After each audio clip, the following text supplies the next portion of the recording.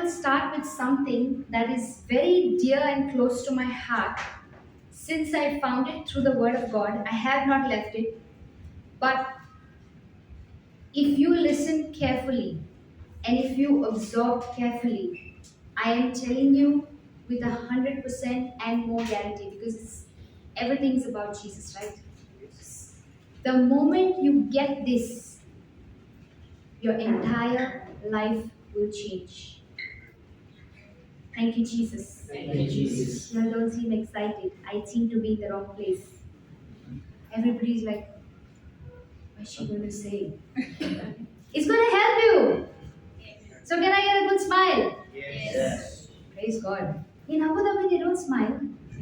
It's my first time. They told me Abu Dhabi people are very friendly. Yeah. Praise God. Praise God. Okay. So when I was small, I was surrounded with people who spoke anything and everything that they could See. Here. feel. Correct? I come from a place called Goa. Most of you all must be familiar. And you know how our Goan people we speak. Zatolere, kotolere. Correct? Correct? Those of you who are familiar? Everything in the future tense. But does anybody see a good future when we are speaking like that? And that is exactly what happened to my life. Because when I had an affliction at the age of 10, everything was Zatalere, you will get your healing, it will be done if God's will. Everything was spoken to me just like that. And I started believing those words. I started taking them and internalizing them. Who's like me? Listens to the whole world and then goes home and ponders on the world's words. Yeah, nobody like me. Am I in the wrong place? You're unique. I am what? Unique. Oh, so you all don't do this here? You all don't ponder on the world's word? Papa, I come to the wrong congregation. Hallelujah. Hallelujah. And then there came a stage where they started making fun of me, calling me names. And it came to a stage where I thought, I don't look good.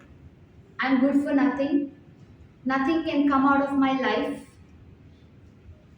Okay? And I would always take a back seat for everything. There was a time when I was very, very, very good at everything. But the moment the affliction hit me and the words started hitting on my ears and there was no healing coming, what happened? My entire life turned around. And I'm a person who attempted suicide 3 times. As a child in school, as a teenager in college, and then even as a working person. And you know how I used to pray to God? I'll light you 15 candles, just make sure you answer my prayers. Anybody like me? Again they said no. Either I'll have to bring Father for confession here or I'm in the wrong congregation.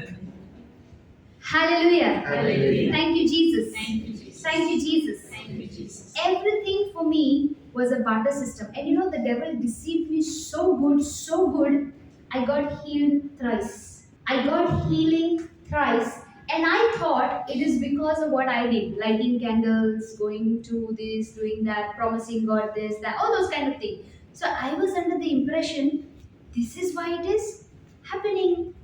And then the moment the symptom would come, I would open my mouth and say, it has come back. But nobody told me that when you see the symptoms, you have to not speak the seen, but you have to continue believing in the unseen. Nobody told me that. So every time I got healed and the symptom would show up, I would open my mouth and say, oh, it's come back. And then I would get into a shell again. And the same started happening in other areas of my life. I started getting fearful about silly things. I was scared of water. When I'm supposed to cross roads, I will have 4 feet. I cannot cross a simple road. So the fear from one area went into all different areas of my life. I had fear of speaking in front of a crowd. I had fear of taking pictures. Those of you who know my journey from YouTube would have seen the first time they asked me to come on camera, I counted 15 seconds, camera off. That was my fear level. Why? Because all the words spoken to me over the years, I took it and I was pondering on it. Now I'll ask you a simple question. Those of you, anybody's coming for the first time for the meeting here? So let me deliberately point this question to you. Okay? The ones who are aware of the answer, just let's give the others a chance. Is that okay? Yes. Yes or no? Yes. Did you eat lunch? Yes. Yes. Is that okay or no? Yes. So when I speak that way, you'll answer me. When I'm speaking normal, you don't answer me. Okay. Is God going to make you prosperous? How many say yes? Put your hands up. Fantastic. Yes. Yes. Keep it raised hand. See, here we are not putting to impress each other, okay? Heaven is watching. What is your answer? And there's no right and wrong because we are all learning. And how many say no? Put your hands up. You know how you'll have put your hands up like that. So if I'm wrong, I'm neither there, neither there. So I'm in the safe zone. Praise God. Okay. Now I have good news for the ones who are neutral, who never put up their hands, and I saw that. Praise God. Thank you, Jesus. Okay. The answer to it is no. God is not the one who's going to make you prosperous. He's like, what is she saying? All these years I've been taught to work hard. Correct? If for me working hard to make myself prosperous, it would be me making myself prosperous. Yes. But we say, Okay. So let's go through the Word of God to see who's going to make us prosperous. Is that okay? yes. So that you never forget it. Because this is something I learned. And when I say prosperity, I'm not only speaking one area of finance, because that's the normal thing to think. When I say prosperity, I mean prosperity in every area of your life, whether it's your health, whether it's your finances, whether it's your children, whether it's your marriage, your business, whatever you're looking for, whether you're prosperous in that area, does it depend on God or does it depend on me? How many of you have come with a Bible? And the rest of them have come for a evening party. Hallelujah. Hallelujah. When we go to a wedding, how do we go? Don't we go prepared, dressed up for the occasion? Because it's a wedding, no? What will the other person say if I go with my own clothes? Correct? But when we come to God's house, do we come prepared? Or do we come like, let's go and see what's happening there? Hallelujah. Okay, for those who don't have, maybe you can peep into your neighbor's Bible for the time being. And yeah, we'll just try to display it there. Go to Joshua 1:8. Joshua 1:8. This book of the law shall not depart out of your mouth, but you shall meditate therein day and night, that you may observe to do according to all that is written therein. For then you shall make your way prosperous, and then you shall have good success. Praise God. Thank you, Jesus. thank you, Jesus. So now let's break it down. Are we all ready? Yes. Everybody with me? Yes. I just need your attention for a few hours, okay? I'm telling you, this will bless you the way it has blessed me. Hallelujah. Hallelujah. Okay. This book of the law. Now you have to realize Joshua is the old covenant, right? Correct? Yep. There was the law. Now in the new covenant, what is this book of the law that they're talking about? Yes, in this scripture that we are referring to, it is the Old Testament. Now you and I, are we still in that covenant? No. No. So when they say this book of the law and I'm reading it today, for me, what is this book of the law? Exactly. The Bible, the Word of God. Correct? Yes. The Bible, the Word of God. So it says this book of the law. And what do you understand by the word law? What do you understand by the word law? In UAE, too many laws, no? Sometimes you can't keep up with the laws changing, right? What do you understand by the word law? Rules. Rules. Very good. Yes, brother, would you like to give it a try? Rules. Anybody with a different answer? Rules and regulations. Rules and regulations. Anybody else? My goal is involved in that as a single. Okay. She's been studying. Okay. Now, how many types of laws are there? There's three types. One is the man-made laws. Example, traffic signal. Correct? If when it's red, you're allowed to go ahead, right? What would happen if it's red and you went ahead? Fine. Just a fine. Black points. I heard in Abu Dhabi when one fellow bangs another fellow, like 41 people are having the effect of it. Hallelujah. Hallelujah. Hallelujah. Hallelujah. So this man-made law, supposing if it is in another country, not here, like India, and you have broken the red light, is there a possibility to get away with the fine? Yes. Can, right? Can. So is this man-made law changeable? Yes. Correct? Then natural laws, like the sun coming up every day. Do you think whether the sun will come tomorrow before sleeping? Do you sit worrying? No.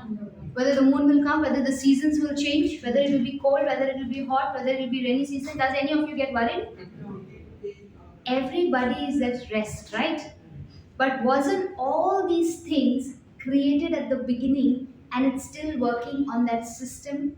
Thank you, Jesus. Thank you, Jesus. Thank you, Jesus. Thank you, Jesus. And the last is the spiritual laws. What laws? Okay. Now I will ask you to write down this definition because it is very important. The reason being, once you understand a definition with the scripture, you will understand how important it is to you.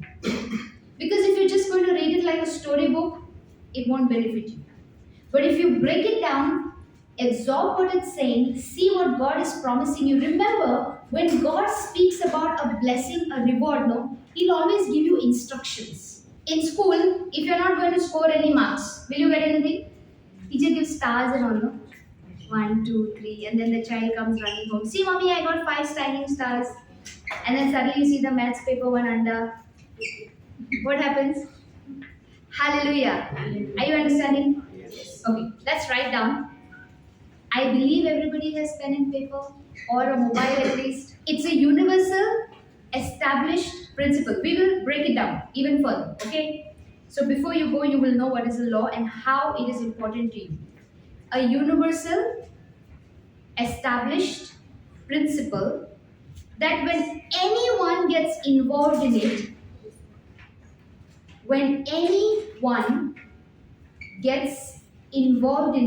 the result is the same.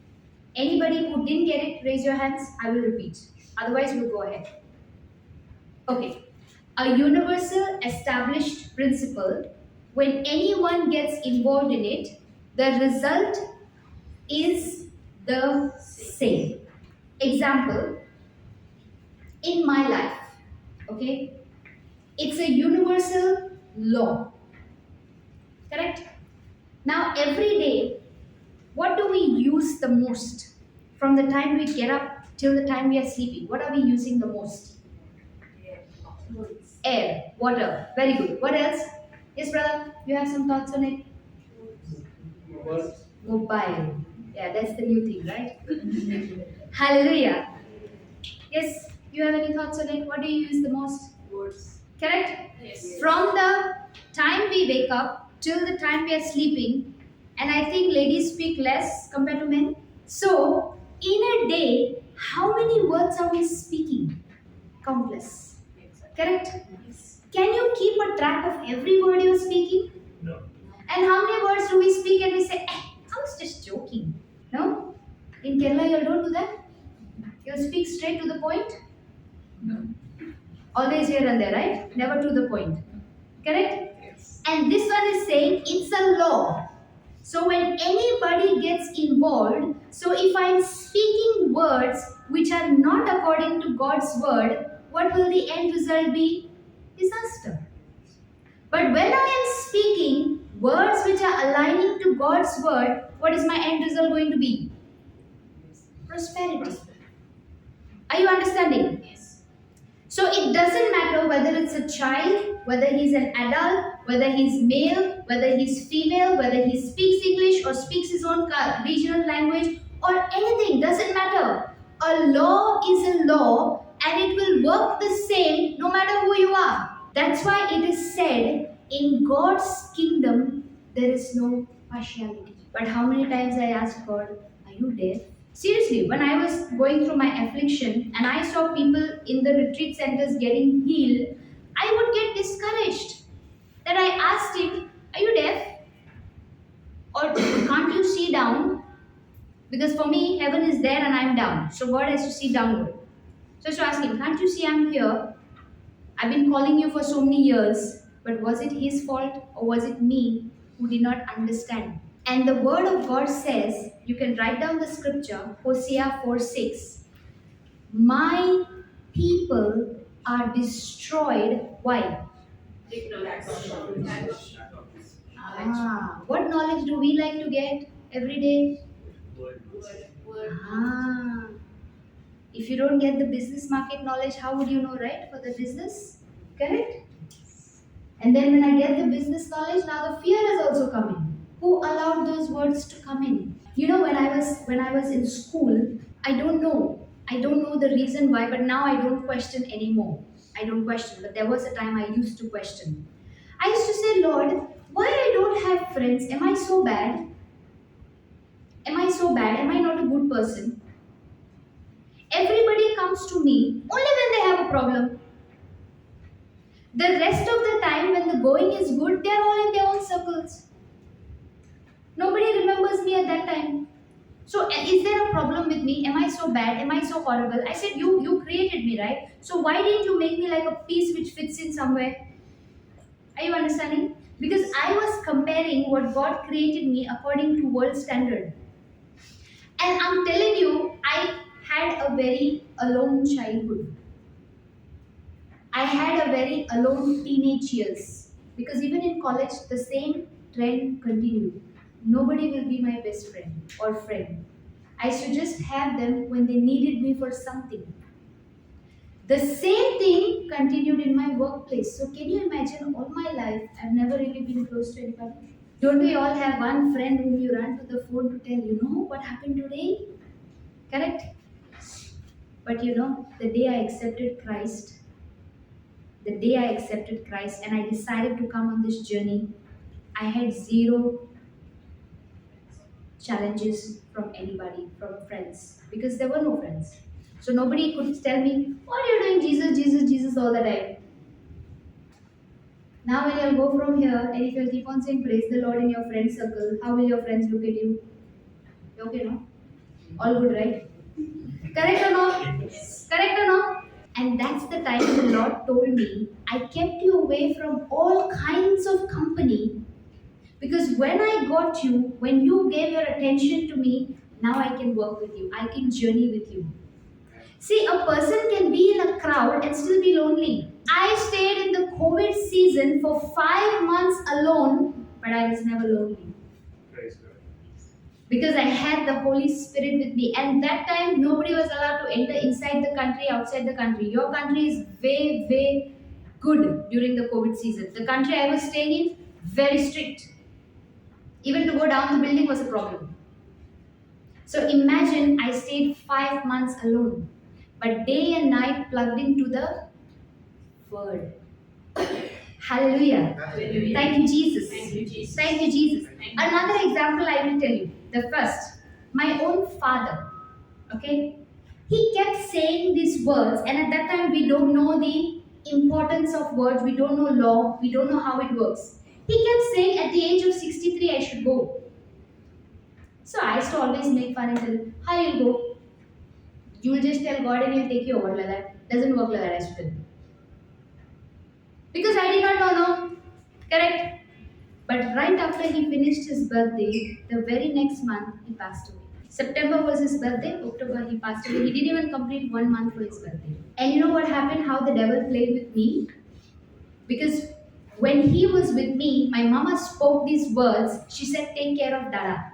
Because she went to take care of my other sister because she had come for vacation. Now imagine you're the youngest And now your dad passes under your care. Not hospitalized or anything. Straight away death. How would you feel? Heart attack. Yes. And you are the black sheep of the family.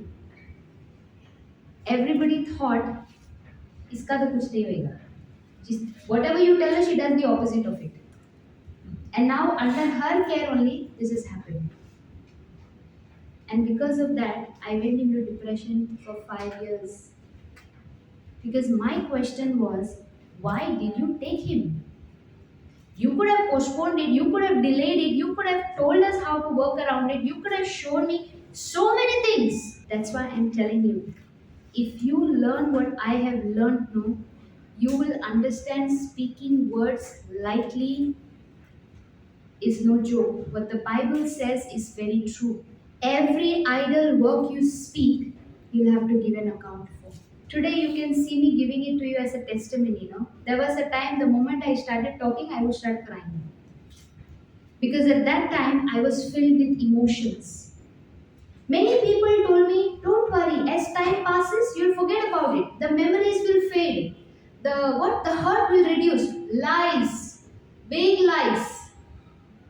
I started working for 14 hours a day just so that I don't think about it.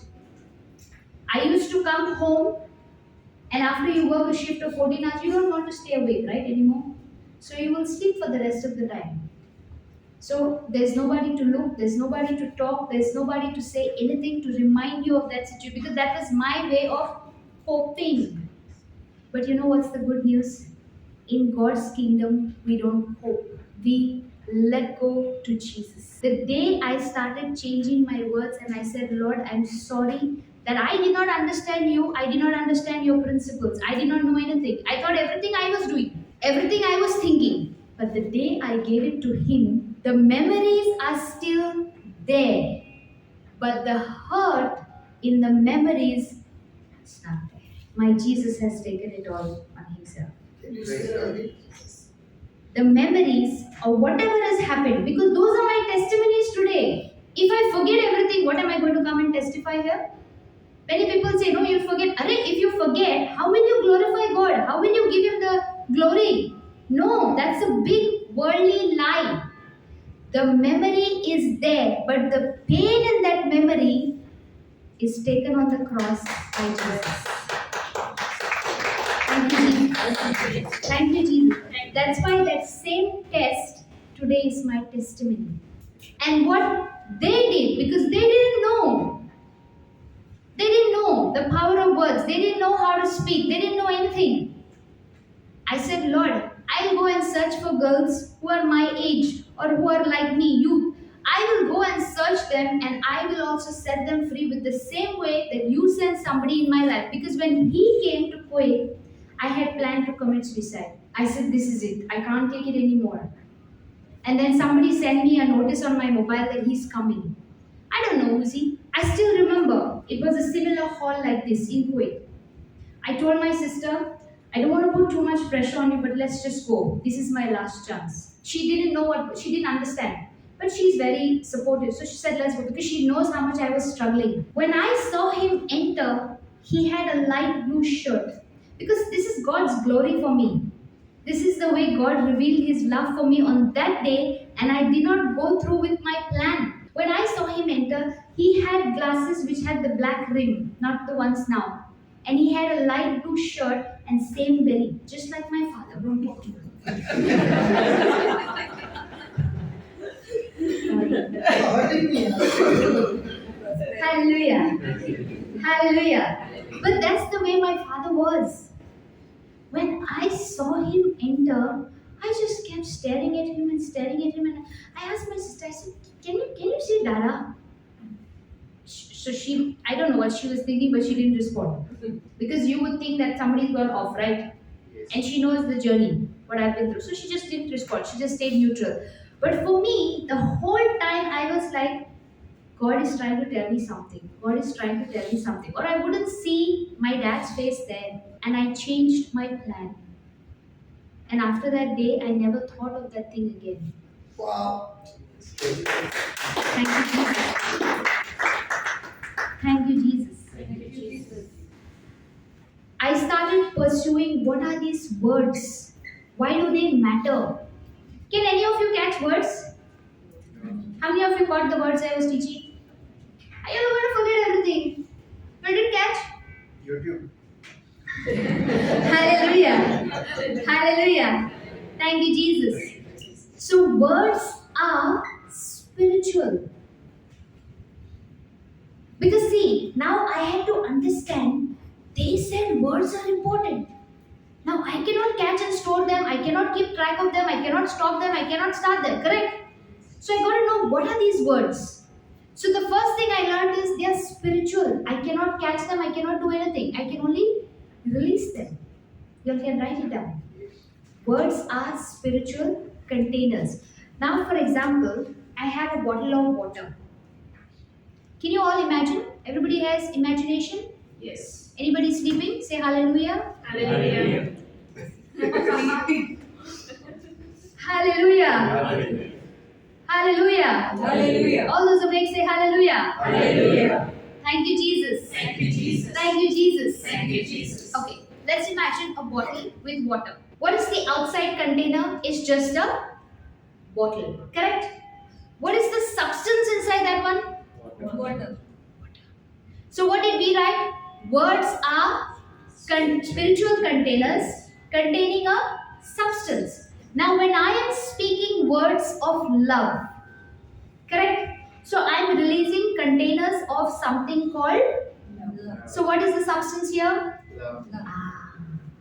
When I am speaking words of fear, the economy is going down, the weather is bad, it's dusty, it looks like it's going to rain. Oh, there's an accident that's happened over there. I don't think that man will survive. What kind of containers are we releasing? Justice. Ah. The deal is not coming through. The baby is not, the pregnancy is not happening. It starts and then the abortion takes place or some miscarriage happens.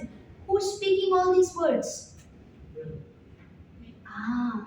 And we are releasing containers. Now these are either going into the kingdom of God or the devil's kingdom. And when you have released something, okay, another description of words is words are seeds, spiritual seeds. You can write it down. It's Luke 8:17. You can look it up later on. Luke 8:17. Words are seeds. Now when you plant a seed, what happens? So if I plant orange seed, brother, what kind of a fruit I will get? See how many people to help you? What is that? Okay, brother, if I plant a mango seed, banana. He says banana. From Kerala. That is beautiful. My name is Muhammad. No problem. But in Kerala, if you plant a mango seed, you get a banana fruit. Anybody else from Kerala? We both. What? In your garden also is the same? No, I get mango.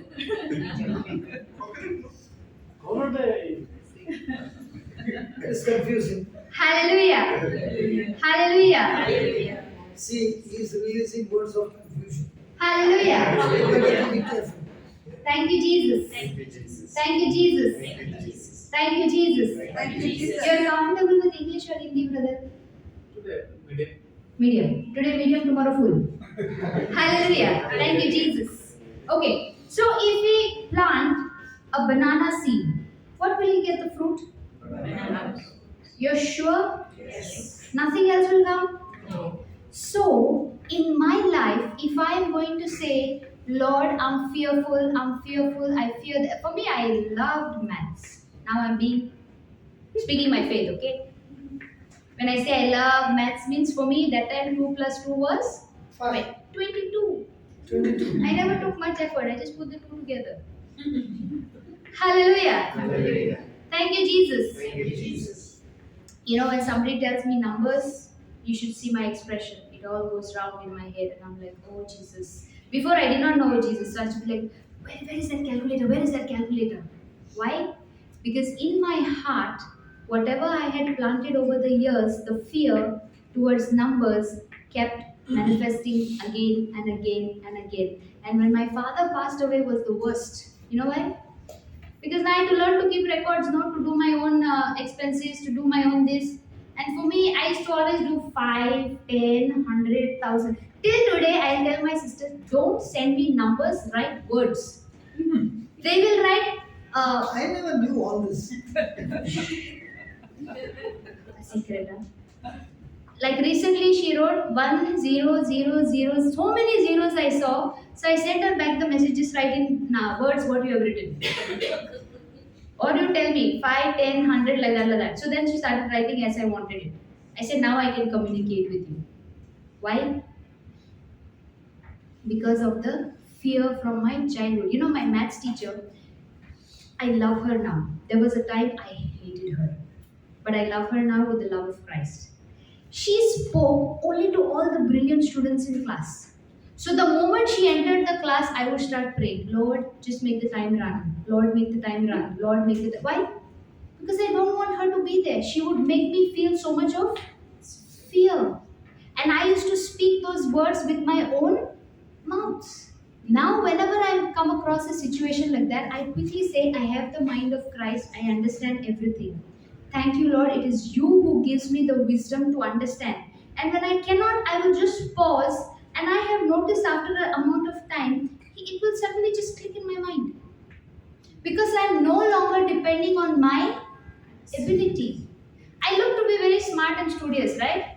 Correct? Yes. Correct? You know what? Smart and studious. That's news. But if you saw me with numbers, you would wonder like which school did she go to? Hallelujah. Hallelujah. Thank you, Jesus. Thank you, Jesus. And even in my workplace, there was different currencies. Different currencies. I used to feel a lot of stress when I used to go to work, when I saw so many different currencies. Because I couldn't add it up, I couldn't minus, I couldn't do anything. Until I said, Lord, you have to teach me. So every time I have this, I'm always depending on Him because it is a law. Whoever gets involved, the end result is the same. If I have the mind of Christ, that means everything, whatever Jesus understood and knew, is inside of me. Now, where is this inside of me?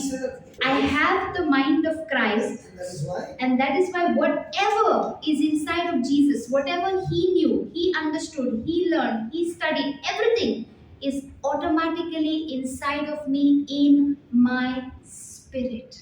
Wow. In my spirit, I am just like Jesus. No difference. You know, Can you say that again? You know why? praise God. So that's what we need to do. Yes. Thank you, Say that Jesus. again. Before I used to always say I'm incomplete. These were my words. Because I was not good in math, I was not good in this, I said incomplete. The day I understood what are words and their spirit, and Jesus had the same spirit which was complete. The fullness of God was inside of Him already. And now I have that same spirit inside of me. So I cannot be bad at anything. I understand math, I understand English, I understand everything. Because it is He who gives me that wisdom, that ability to understand. That's why even now, when I go to certain places, I'll be standing there. The opposite person will be wondering what she's doing. But I'm actually looking into my spirit and saying, Lord, you already have the answer. And it is in my spirit, I don't doubt. And I'm going to pray in tongues right now, believing that you have given me the interpretation for what I am looking for right now. Before, I used to always look to my senses, what my senses are feeling, what I'm feeling, fear. All the time want to run away from situation. In my workplace, when they used to ask me to do calculations, I used to check in the team who's good in mathematics and keep ready. Because there, if you lose, they'll take it from your salary, right? Is it so? Really? Nobody's salary got deducted. No. No, no, if she makes an error, We find a way to help. You know, Mary will find a way to help. But if you make it every day, the grace of God, I never ever had a salary reduction because of any currency or anything. We are up and down. Praise God. Because the Lord always came through for me. And that's why I'm so sure and so confident that this law, this word of God, when I apply it, whatever is in Jesus' spirit, the same happens in my life. Hallelujah. Hallelujah. Thank you, Jesus. Thank you, Jesus. Thank you, Jesus. Thank you, And it Jesus. says, this book of the law shall not depart out of my book, out of my Bible. Array, if you'll open your Bible, it will go in the mouth. No. If I don't open my Bible, from where it will go in my mouth? Correct or wrong? Yes. Or do we open the Bible only when the Father is coming to bless the house? Hallelujah. Hallelujah. Hallelujah. Hallelujah. Thank you, Jesus. Thank you, Jesus. Thank you, Jesus. Thank you, Jesus. Throughout the day, do we like to speak the word of God? You know, in my house, I tried that. When I got born again and I received Jesus as my Lord, God, and Savior, I thought it's my job to go change everybody in the house now. How many of y'all think like me? And how many of y'all got a good thrashing? I got solid thrashing. Because I got straight set on my face. Do you think you're very holy? Because they know my past, right? Everything you told me don't do, I'll do. And now suddenly she's like, praise the Lord, don't speak this word, don't speak that word, words have power, words have this. I kept on throwing things at everybody. Is it my job to change anybody? No. I heard somebody say yes. Who's the one who said yes? Okay. 2 Timothy 3:16. We'll see whether it is my job to change anybody. If I think it is my job to change somebody, then I have the element of judgment inside of me. And what does the word of God say? That we should not judge anybody. The moment I think I want to change somebody, I cannot accept them as they are, I'm in a judging position. And the moment I get into a judging position, am I filled with pride? Because I think I'm better than that person, no? Correct or wrong? Yes. Anybody agree or disagree? How many disagree? Thank you, Jesus. Some scripture, the ones which are good for me are okay, but the ones which I think others need to change, I need to give it to them, no? So some scripture. Some. Whichever is good for me, correct? Like the classic example which everybody is scared of. Give and it shall be given unto you. Don't talk to me. I'll tell you why. Because that is another scripture that really taught me how to depend on God. I also put it to test. Because he said, so many other people said, they're all testing. I said, let me also test. Because God is saying, give. Nowhere else he says give. Correct? So that scripture is given by whose inspiration? God. Whose inspiration? God. For what? Inspiration for what? Give. Does it say give or take? Give. What do we like to do? Receive. That's a decent word, no? Compared to take. Hallelujah. I'm just receiving from you. Thank you very much. Do we like to give or do we like to take? Give. Both. Correct? Especially you give a loan to somebody because he's your brother. Correct? And still 5 years have passed and the loan has not been repaid. Now what is happening inside? Then you go to Father. Father, can you please pray? Brother, can you please pray? I'm unable to forgive my brother. Looks like I'm speaking only from our story. This story is not happening there. Hallelujah. Hallelujah. Hallelujah. Hallelujah. Do you know the Bible says, owe no man anything except to love him? For your reference, you write Romans 13:8. Don't cheat. Romans 13:8. Okay? Owe no man anything. Anything. This includes money. So when you are lending somebody money, even if it is your own family member, do it with a giving heart, that even if the opposite person is not able to repay, don't get into strife and bitterness. Because strife and bitterness are the biggest blessing blockers. But we want to be goody people. They want to be looking bad. So I'll give you the money. And then when you don't give me the money back, I'll chase you down. So when we are givers, should we be open in our heart and mind when we are giving? Because the moment you have friction towards your brother or sister because of which you have loaned them, in the spiritual world, you have created a tie with them. I'll give it to you all with a very simple example. Sister, you have a dupatta. Can you come?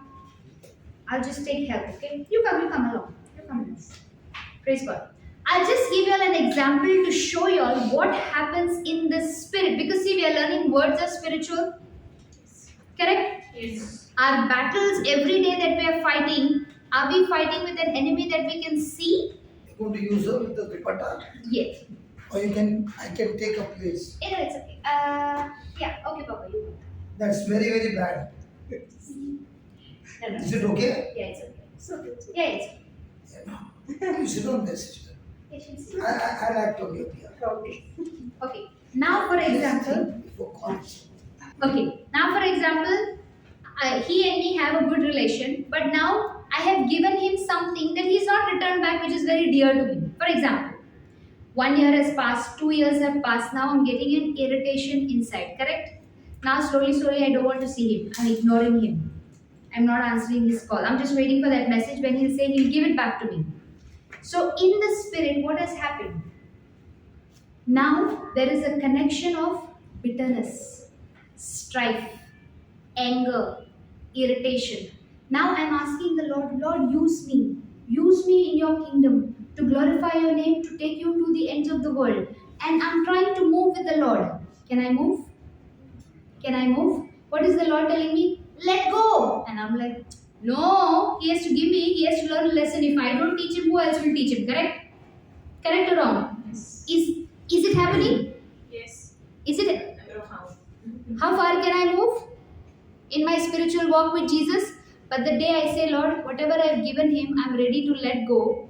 I'm not attached to any worldly things. Now, how far can I go? He's still standing on my yeah. Now, can I use an example? Yes. The example was very decent. My example is not decent. Now, I am the person who is bitter. Okay? And this is Satan. Hold. Okay? I'm trying my best to be a good person. But the Bible says when you're bitter, you have demonic spirit, confused, and every kind of evil work. Now, when I want to go to church, where the devil taking me? Keep pulling, man. The devil is not so decent. Are you understanding? Yes. Because when you're bitter, the yoke of the devil is on your neck, on your shoulder. He will torture you day and night and make you do things and make you open your mouth and speak words of self-destruction.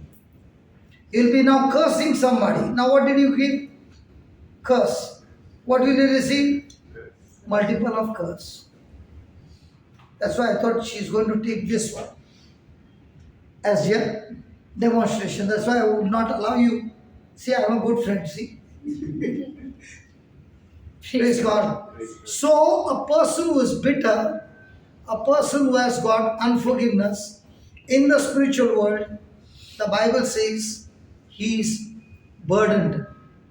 That's why Jesus says, come to me, all those who are burdened. So, in the physical world, I am looking like this. But in my spirit, I am like this. And this is in the hand of Satan. And he keeps putting me everywhere he wants to take me. And I've got no power to come out. But the Bible says in Isaiah 10:27,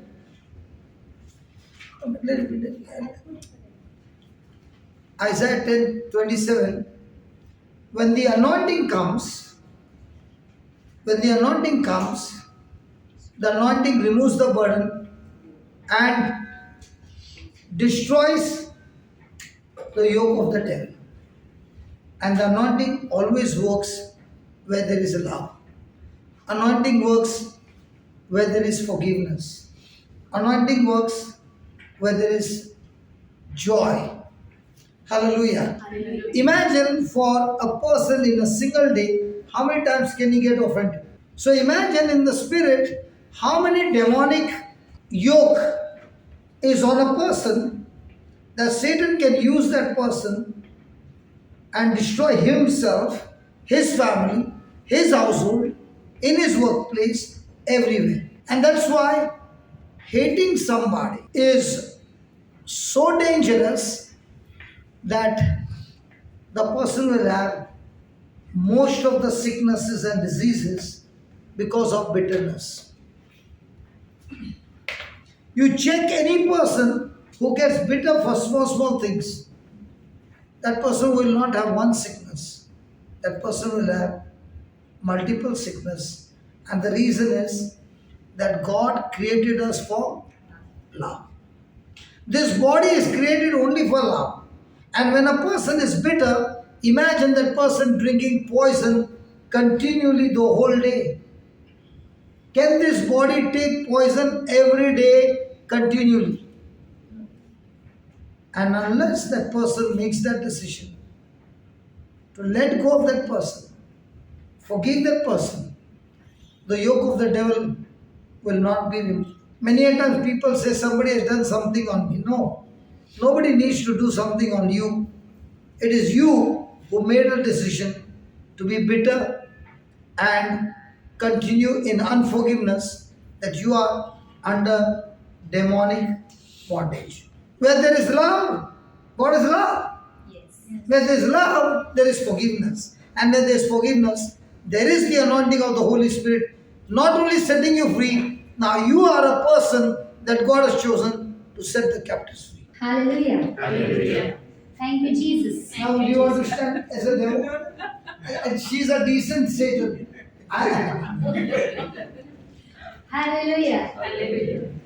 Hallelujah. Hallelujah. So what does it say? Give. And then what is the following sentence say? But do we want to see that it shall be given unto you first? It's a tried and tested and tried and tested. I will not give you an example of money because money you have got too many examples. Okay? I will tell you how giving even time, talent, what God has blessed you with, He will make sure it come back to you 100-fold. You know, when I was during the COVID season, Papa used to preach online. I used to make e-notes. And for the longest time, I never wanted anybody to know. So I used to send it to one sister and I used to tell her, you send it to the brother without telling my name.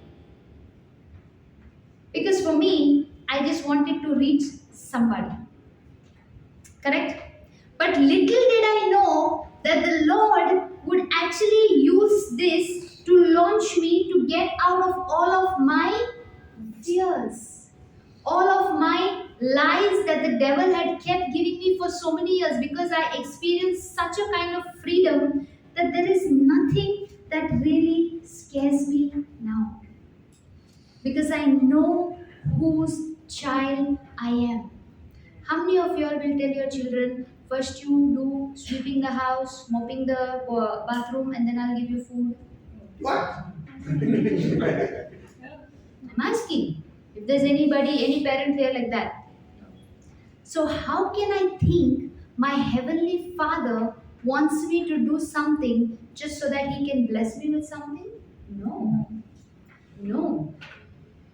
The day I understood that, no, and that little time that I was sowing, planting seeds, and I would get good testimonies because there was an area where the notes were going where they did not have mobile data, so they couldn't listen to YouTube because it consumes a lot of data, right? So these notes would actually help them. How many of us are ready to use the time for the kingdom?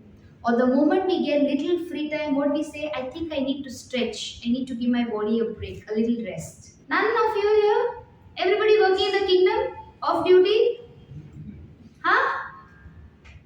I came to the wrong congregation. In Dubai, at least they answer. Hallelujah. Hallelujah. Whatever the Lord has blessed you with, a talent, a gift, time, you may know the language. Like when we went into the villages, there were many of the elderly people who don't speak So we ask the youth, how many of you all are ready to adopt one adult as your student? And every day, just 40 or 45 minutes, teach them the language with the word of God.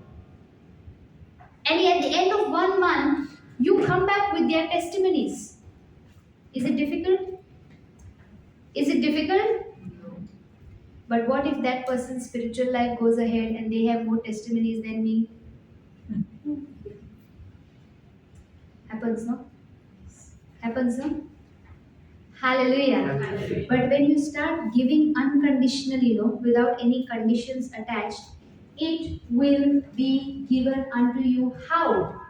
Good measure, pressed down, shaken together, running over. Have you seen a sugar bottle? When the Indian mamas, I don't know about the others, but I'm speaking about the Indian movies I've seen. Okay, when they fill masala, do they fill masala just like that? Or will they shake and then bang and then bang and then put the masala till it's like so full? Correct? Correct? That's the way the blessings will come into your life. Hallelujah. Hallelujah. And running over shall God give unto your bosom. Now I know everybody's sleeping, Papa. Only one is awake. What error did I make? Men of God. When I made it before, nobody said anything. So will men give or will God give? Woman will give.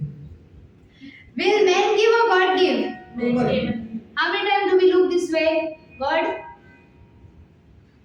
That's not given. Woman will give. Women don't give, Re Baba. They only take. Correct? Women like to receive gifts, no? Do we give anybody anything? Yeah, of course. So man gives. Hallelujah. Hallelujah. See, whenever the Bible says men, women are included. Because in the spirit, we are all sons of God. Thank you, Jesus. Thank you, Jesus. Thank you, Jesus. Thank you, Jesus. Thank you, Jesus. Thank you, Jesus. If I go there, I will reach on a different track. So I will not go there, okay? We'll stay here. But if you want the answer, you'll find it in Genesis chapter 3. That we are sons in God. Because He made them man and called them Adam. It says that. Okay? Thank you, Jesus. Shall men give into your bosom, for with the same measure, pay attention, this is very, very key to the whole scripture. For with the same measure that you meet, with all shall it be measured to you again. So if I'm going to, I remember there was a person, whenever they gave, they kept a record.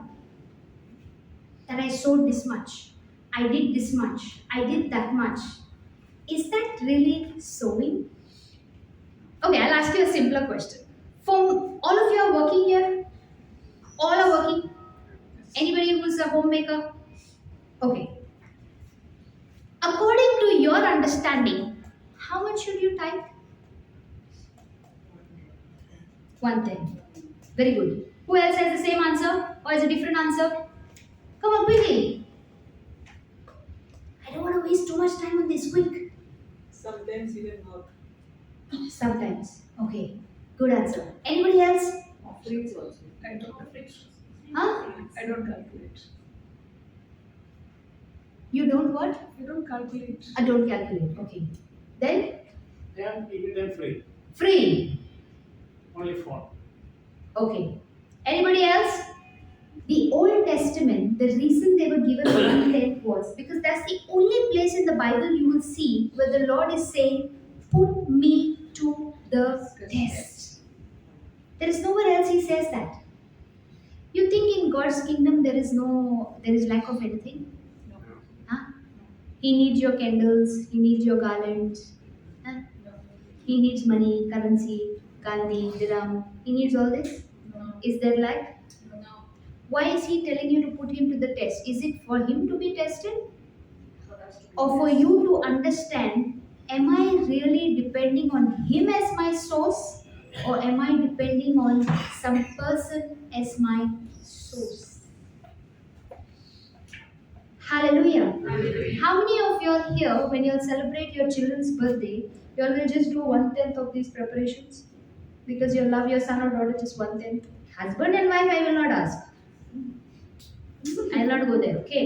I'll ask about the children. How many? You will tell Baba, I brought only 2 balloons, 1 cake, little food, little games, because that covers 110. Or do you all do it wholeheartedly, everything? Why? What is the key factor? What is the key factor, brother? Love. Where there is love, there is no measurement. The moment you start measuring, question comes, do I really love this person? Do I really love my God? Am I really thankful for what He has blessed me with? Hallelujah. Thank you, Jesus. The same applies for your time. When I come back from office, am I engrossed in myself to watch TV, put my legs on the sofa, little relax, little chill water in my hand, eating some chips? Now it's time for me to relax because in the office they ate my head. Correct? Correct or wrong? Don't you see it's me time? I need some me time. Dangerous. Hallelujah. Hallelujah. Hallelujah. But when you come back from office and as soon as you freshen up, now you go and say, Lord, give me that 1, 2, 3 souls, whatever you have planned for me, and connect me to them and I can give them the word.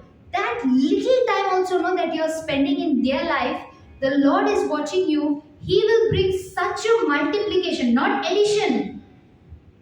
World's way is addition. 10 plus 10 minus 7. I'm asking mathematics question, but small digits, okay?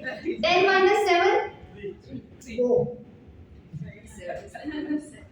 I know the answer.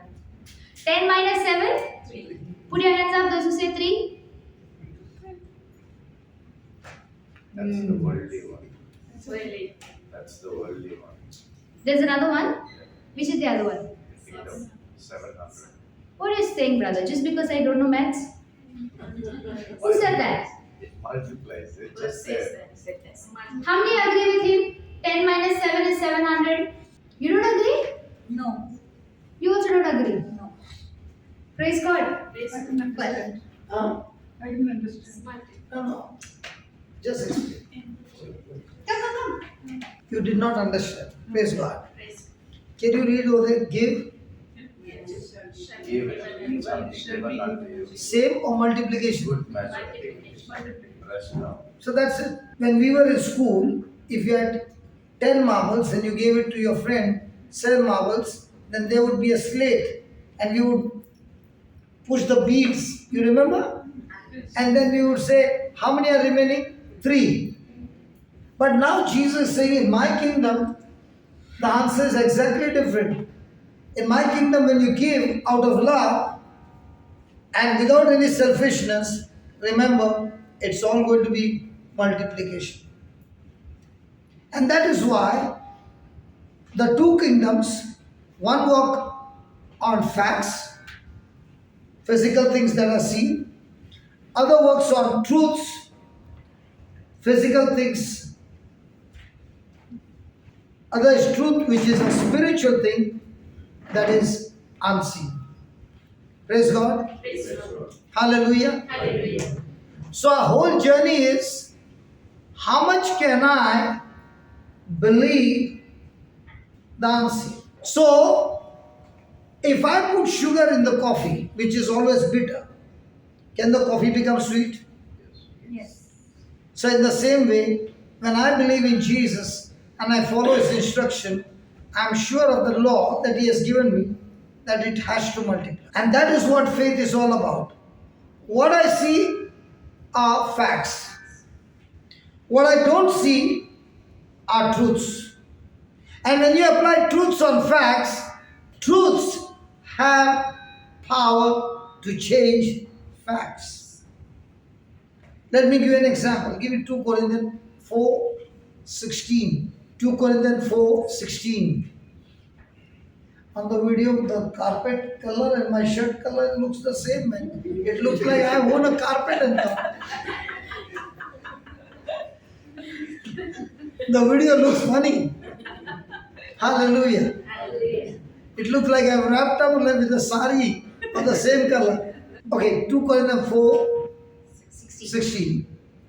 Can somebody read?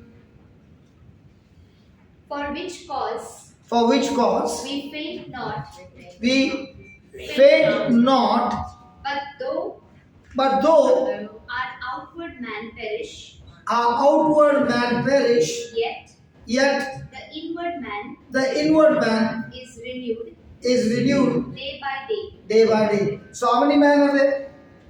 Outward man, inward man. So is your body getting older? Yes. Is your spirit getting stronger and stronger every day because you have been feeding yourself with the word of God? So if your spirit is strong, then your body will be strong. If your spirit is strong, then your thinking is strong. If your spirit is strong, everything in your life will be so different from everybody else. So a person who is strong in the spirit, even if he dies, he knows exactly the next moment where he is. Because if we die, who believe in Jesus, has Jesus given us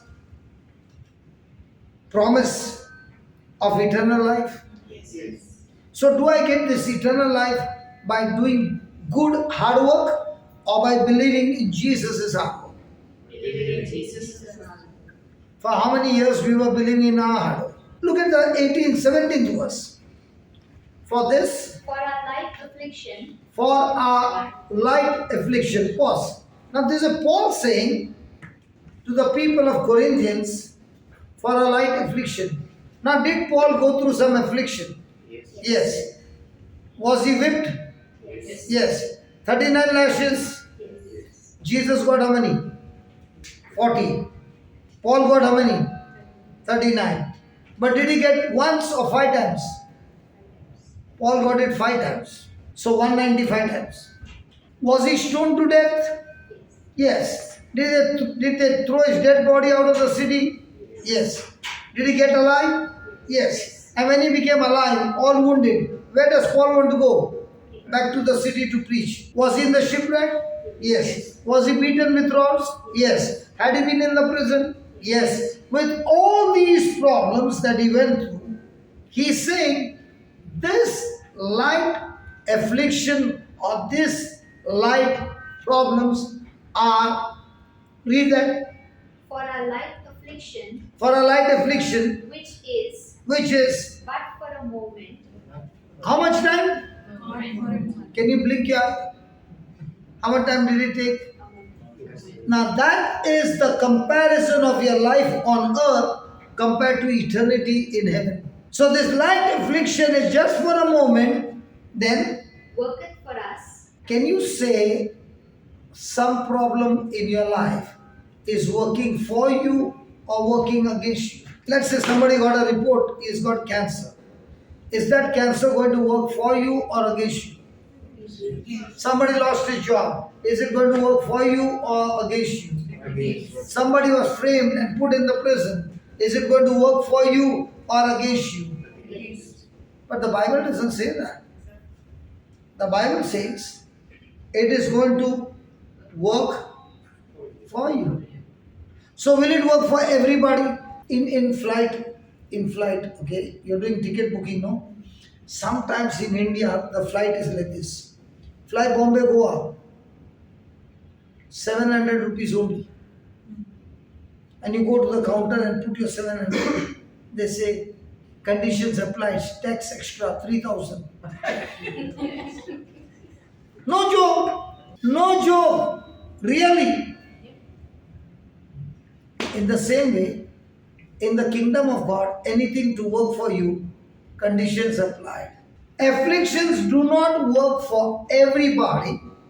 They work only for selected, chosen people. If I have to say that, what happens to you? Am I one of them chosen? You are chosen. What about you, brother? We met in the morning. Wife is saying, my husband is surely chosen. Will it work for everybody? Will affliction work for you? Paul is saying it worked for him. And it worked for him for what? Worketh for us a far more exceeding a far more exceeding and eternal weight of glory. an eternal weight of glory. He is saying, my life is going to be so glorious, it will be supernatural. What the devil meant for evil, God will turn it for good and He will turn it into victory. But will it work for everybody?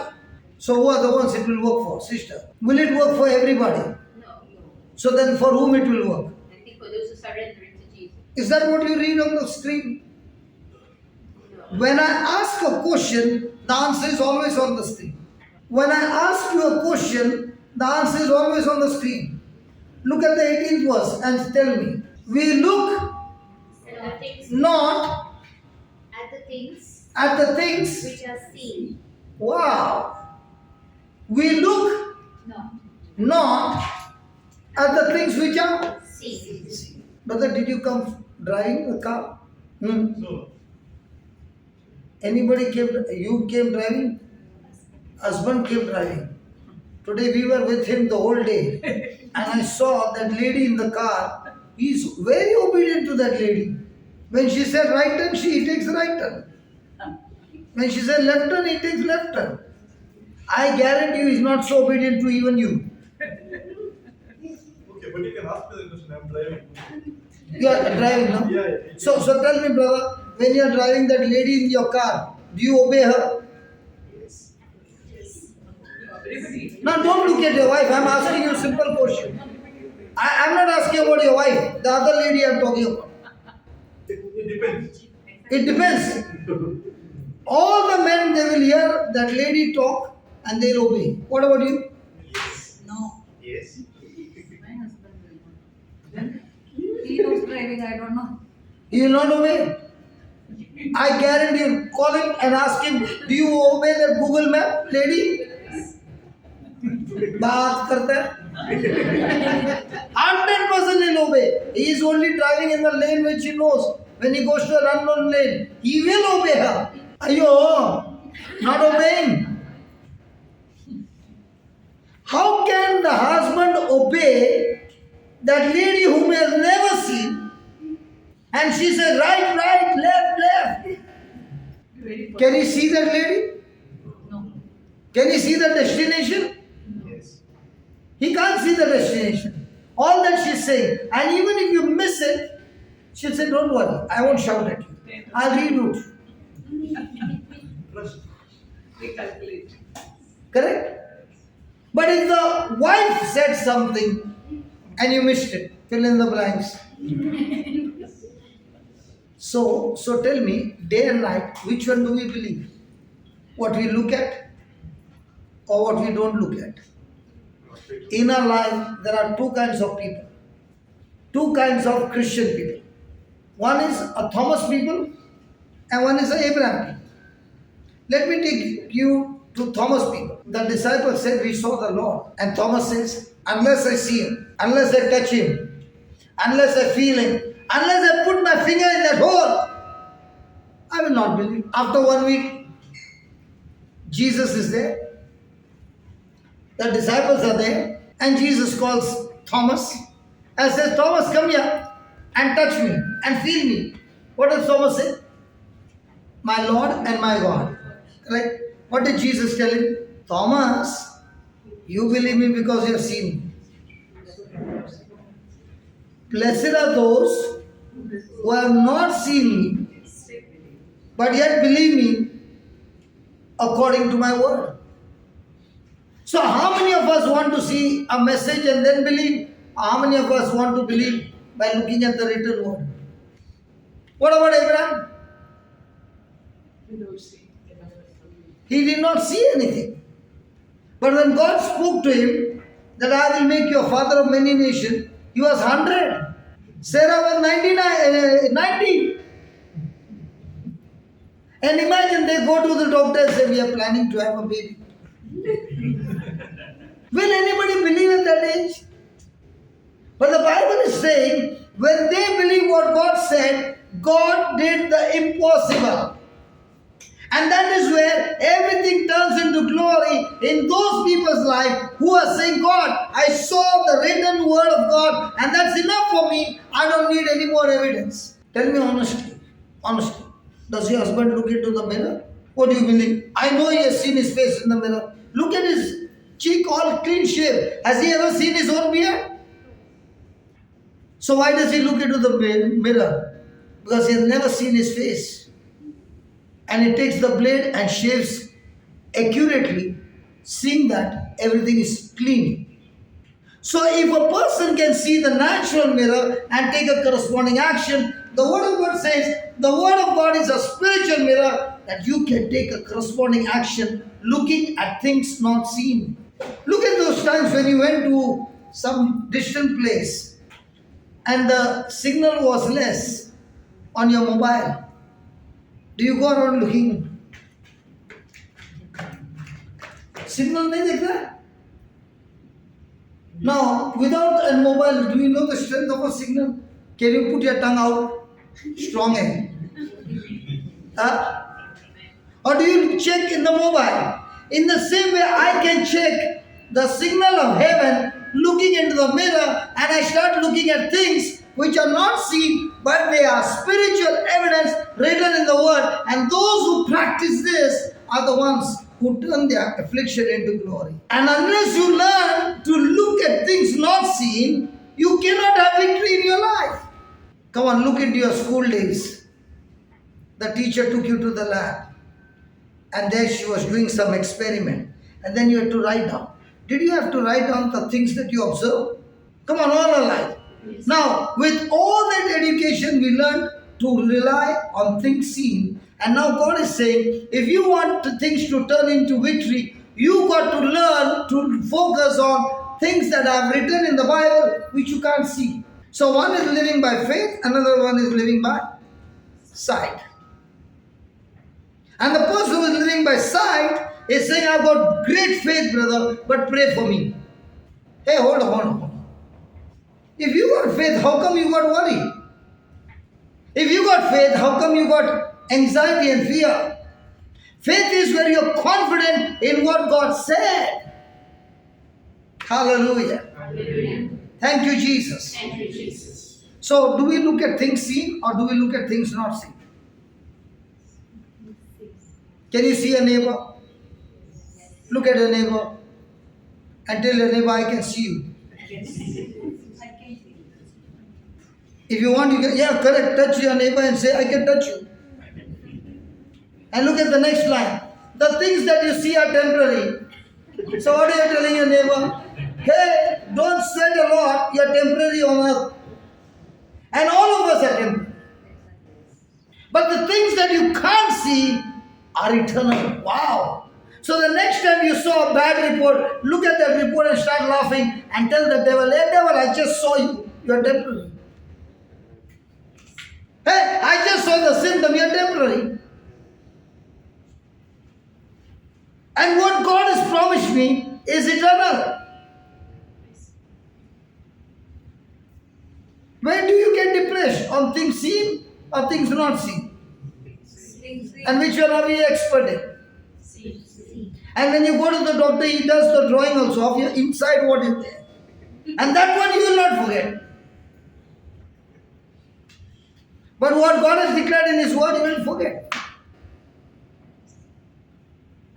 Praise God. Praise God. Put my slide. I want you to please write it down. Come on. Please write it down. Please. Please. If you don't have a notebook, you know how to chat, right? Write down. Faith-filled words. Faith-filled words will put me over. Faith-filled words will put me over. Fear-filled words will defeat me. Faith-filled words will put me over. Fear-filled words will defeat me. Words are the most powerful thing. Words are the most powerful thing in the universe. Brother, do I know you? No. We have never met before. I have it. We met before. I want to know somebody whom I have never met before. I have never met before. So you don't know me. Praise God. Do you have any problem in your body? Yes, very good. Now, please, can you come here? You will be on video. Is it okay? Every word that you speak will be taken into account. You have every right to keep your mouth shut because it will be taken into account. Okay, tell me what problem you have. I have a pain in my left Shoulder. yeah. For how many years? This is from last 6 months. 6 months. And neck. Like I have 2 nodules. Thyroid. Okay. And what else? Pain in the legs. Yes. How much massage, man? Then what else? Fatty liver. Fatty liver. And then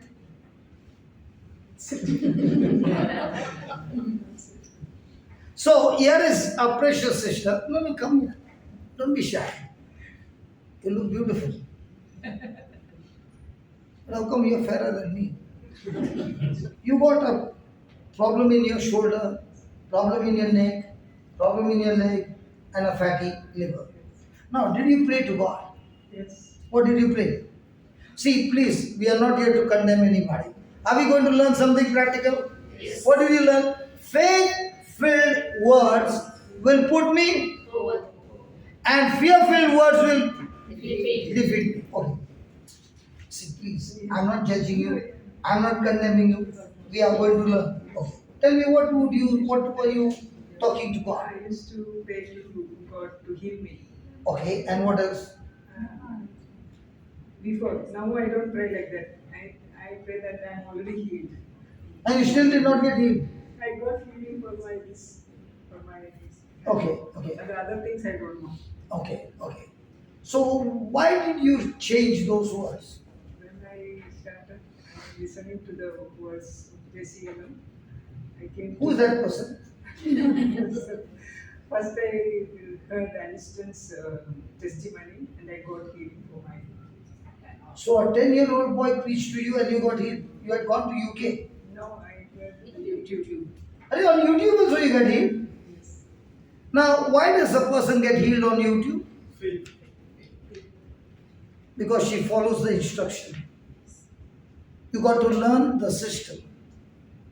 Praise God. Now how many years you were praying that God will heal me? 60 years. You don't look that. Are you sure? So you are a senior citizen. Praise God. So you, 60 years you were praying, God please heal me. So from last 6 months, Alistair changed your thinking. Not understand the word. Yeah, but he preached the word and showed you. Yes. What did he show you? He was telling that Jesus has already healed me. Did he show something? No, by the stripes of Jesus I am healed. One verse he was telling. Okay. He just put that 1 Peter 2:24. I did not know Alistair is teaching to tell lies.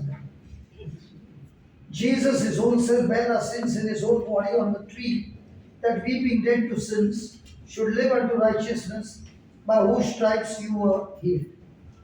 Now, when you go to the doctor and you say, by the stripes of Jesus, I am already healed. Did you ever tell the doctor? I didn't go to doctor after that. No, but what if you tell the doctor?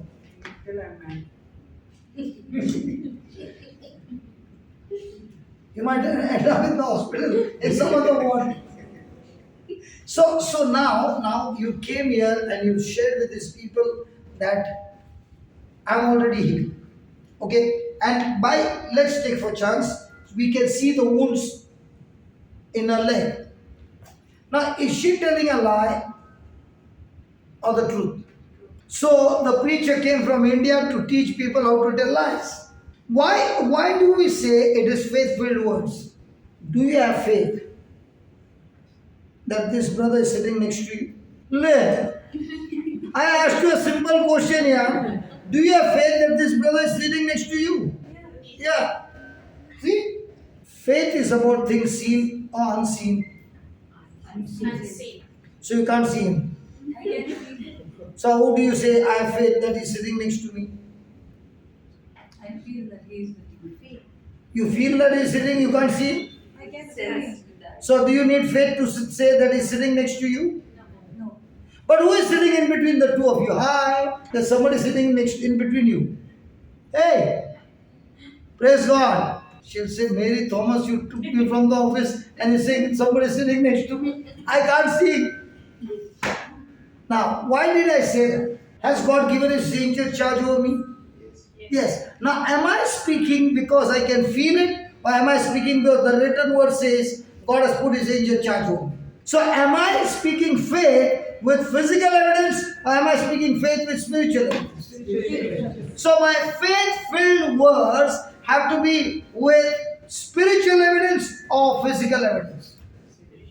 So, I am speaking something now, for example, she's coming and saying, by the wounds of Jesus, I am completely healed. Okay. Now, is she telling a lie or is she talking of faith?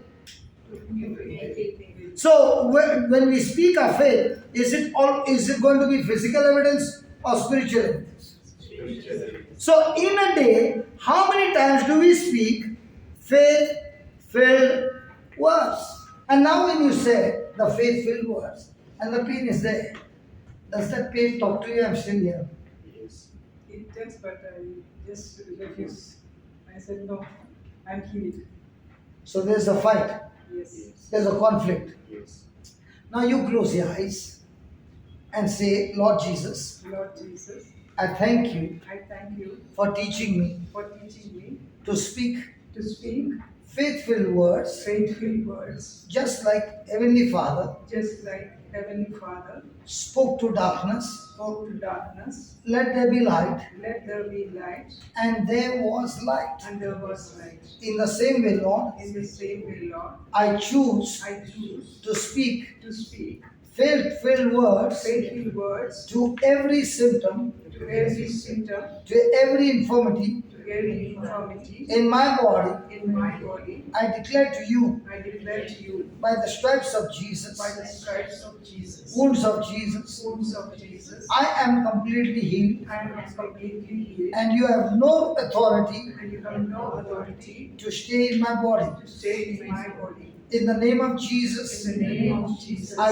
curse you, I curse you, I cast you out of my body, I cast you out of my body, get out of my body, get out of my body, right from the root, right from the root, and be planted into the sea. and be planted into the sea. Lord Jesus, Lord Jesus, I believe with all my heart, I believe with all my heart, whatever I said, whatever I say, it is done. it is done. In Jesus' name. In Jesus' name. Lord Jesus, Lord Jesus, you said, you said, I shall have I shall have whatever I say. whatever I say. I declare I declare and I say, and I say, I am completely healed. I am completely healed. In Jesus' name. In Jesus' name. Amen. Amen. Now, whatever symptoms were there, leg and everything, try.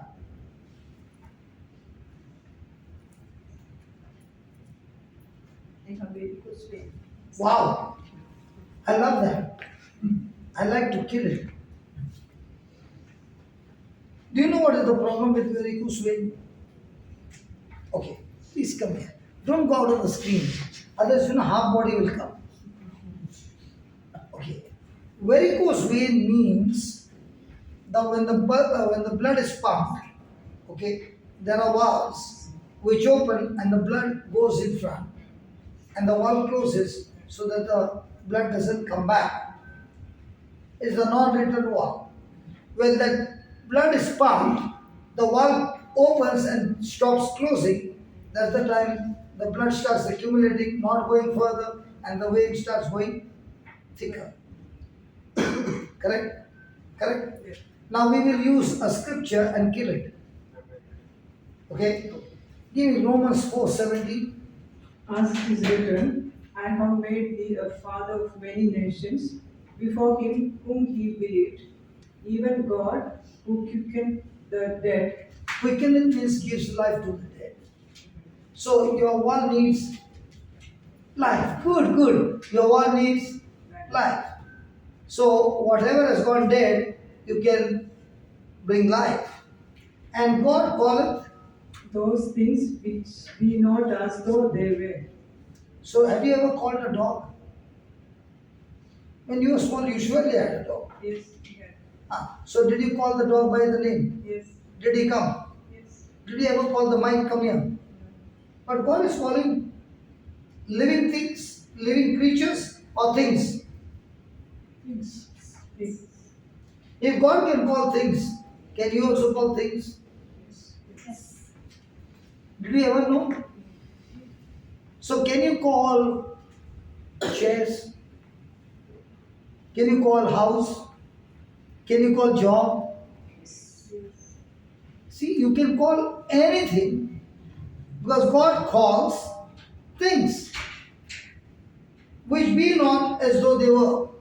Now, in the spirit, can you see radio signals? No. Video signals? Can't see. But is it there? In the same way, all that Jesus did for us on the cross, He has earned it and it's all ours, given to us by God as a gift from God. And all that He has given us as a gift is there in the Spirit. Now your job is to call from the invisible to the visible. Which is your native place? Kerala. Hey, wow. They have fishing, right? And you all do fishing this way also. Not net, this way.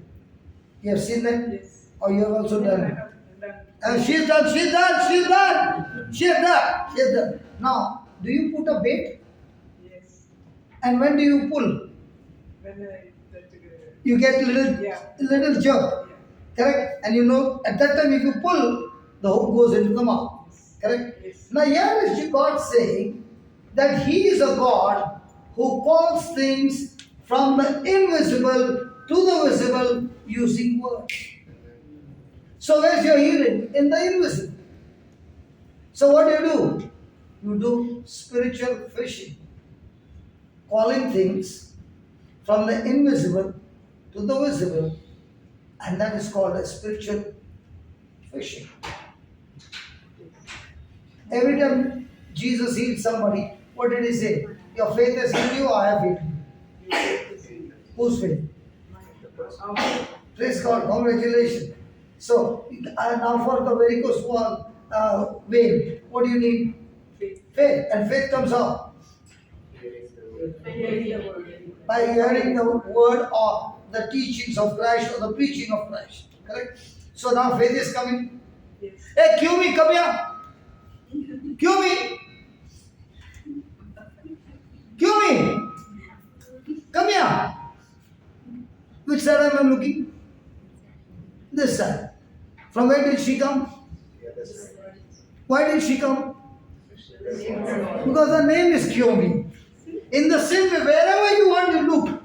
But when you are listening to the word of God, faith is coming.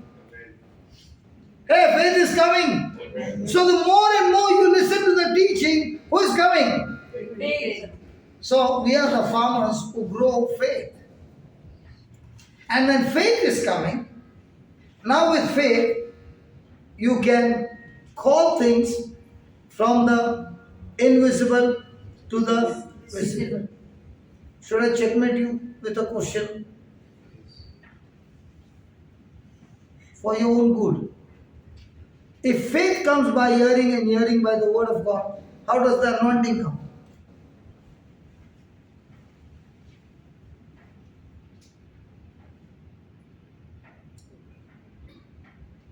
Hey, faith comes by Hearing. hearing and hearing by the word of God.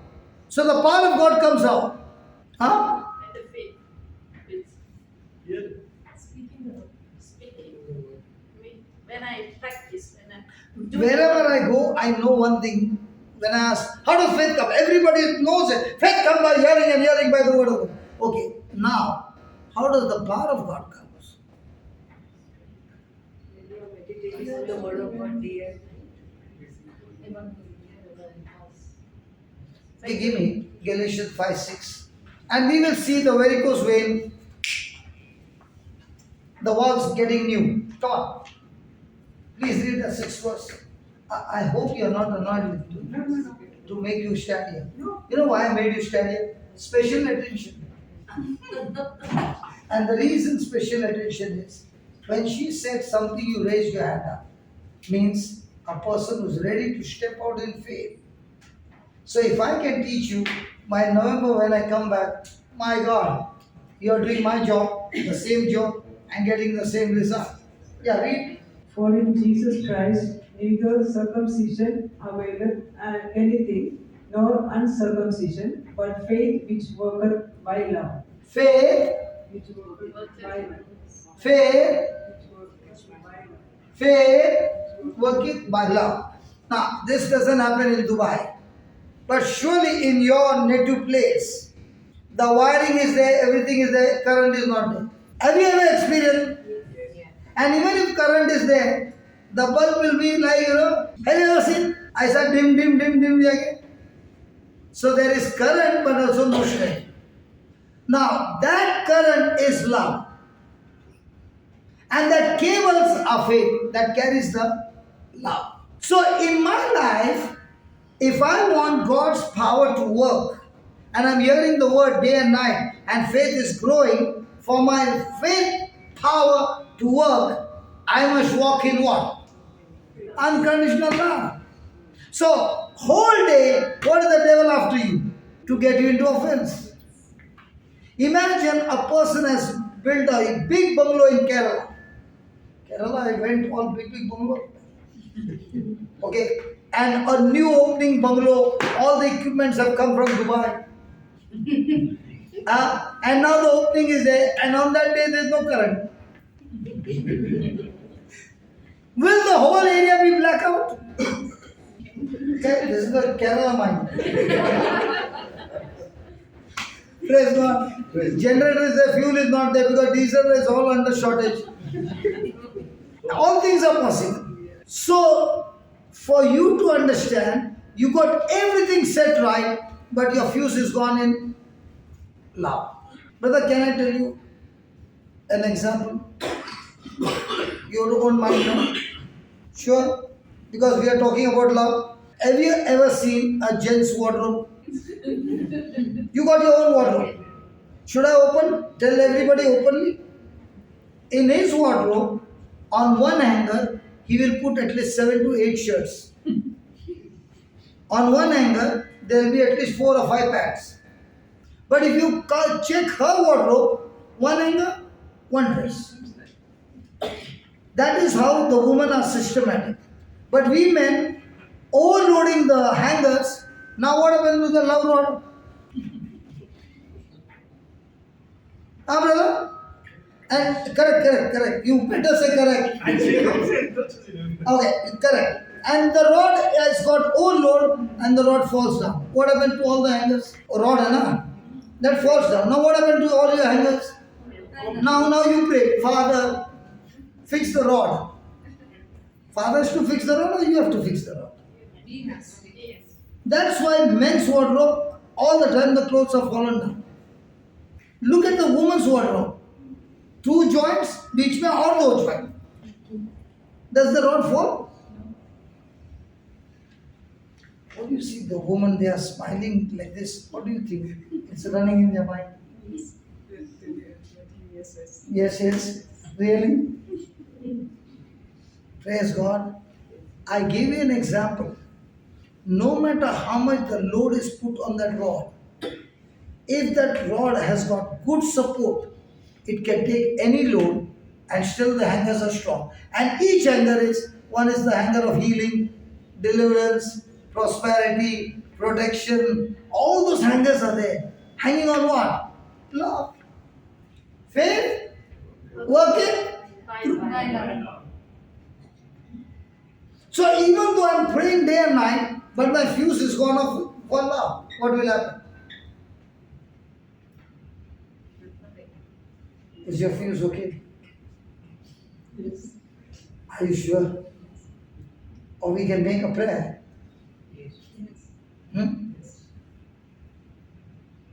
Say this, Lord Jesus, Lord Jesus, I thank you for teaching me. I thank you for teaching me.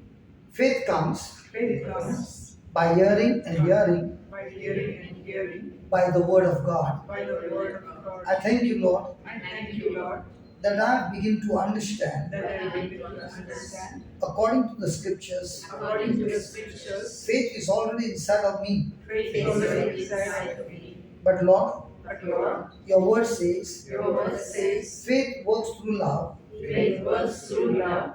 and I pray, And I pray, I can't remember everything, I can't remember everything. but if at all If at all I am offended I am offended or hurt or hurt in any way in any way by anybody, by anybody, Lord Jesus, Lord Jesus, with the forgiveness that I have received with the forgiveness that I have received in the parable, in the parable, the servant received the servant received 10,000 talent forgiveness. 10,000 talents forgiveness. His debt was cancelled, His debt was cancelled. but that servant But that servant did not forgive did not forgive the other servant the other servant of 100 shekels. of 100 shekels. Lord Jesus, Lord Jesus, I don't want to be the wicked servant, I don't want to be the wicked servant, but I now understand but I now understand forgiveness forgiveness is by faith, is by faith, believing believing that you have forgiven me that you have forgiven me of all my mistakes, of all my mistakes, past, past, present, present, future, future, of 10,000 talents. of 10,000 talents. I consider that I consider that and I choose to forgive and I choose to forgive everyone everyone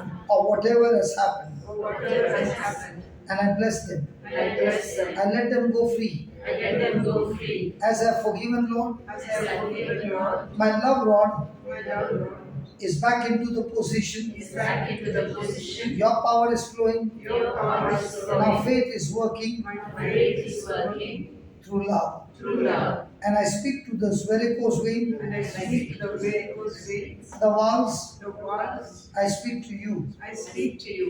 Receive life. Receive life. In the name of Jesus, In the name of Jesus, I rebuke I rebuke all malfunctioning all malfunctioning of those walls of those walls in the name of in Jesus. the name of Jesus. And I thank you, Lord. And I thank you, The Lord. walls are functioning perfectly. The walls are functioning perfectly. Faith is working perfectly. Faith is functioning perfectly.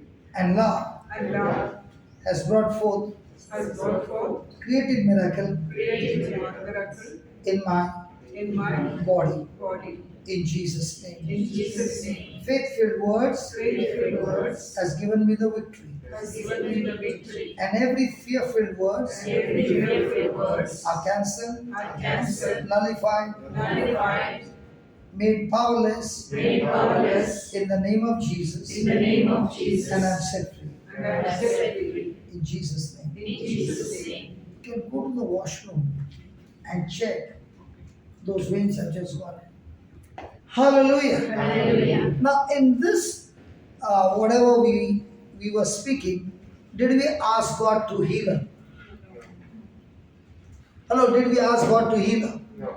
Or did we just follow the instruction? Follow the instruction. Did we speak faith-filled words or fear-filled words? Faith-filled words. And the third line you wrote, words are the most powerful things. Words are the most powerful things in the universe. Now, she was saying words are containers that carry substance. I want to add one more thing. Words are things.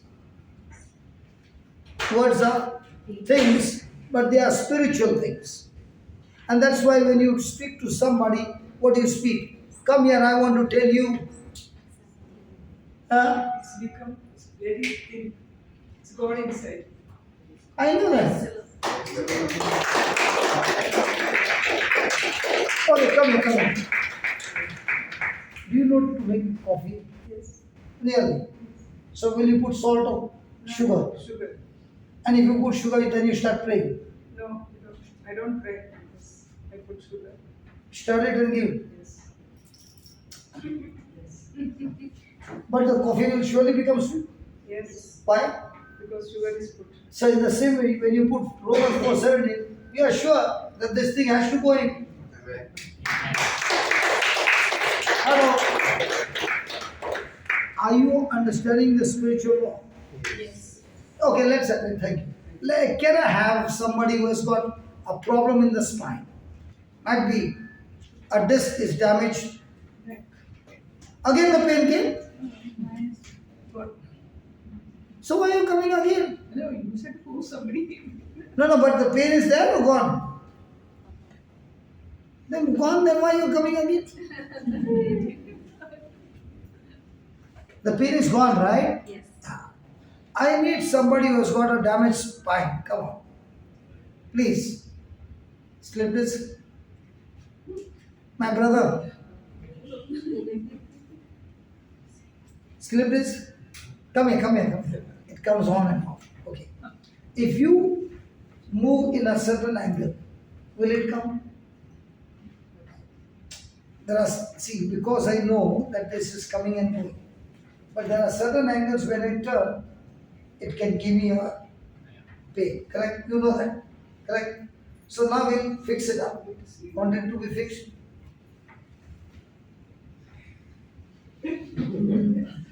I'm not going to use a hammer, yeah. Okay? Close it. Just give me mark 11, 23. For verily I say unto you, For verily I say unto you, that whosoever shall say unto this mountain, that whosoever shall pray about the mountain, Say be moved, removed, huh? Say Say or pray. Say.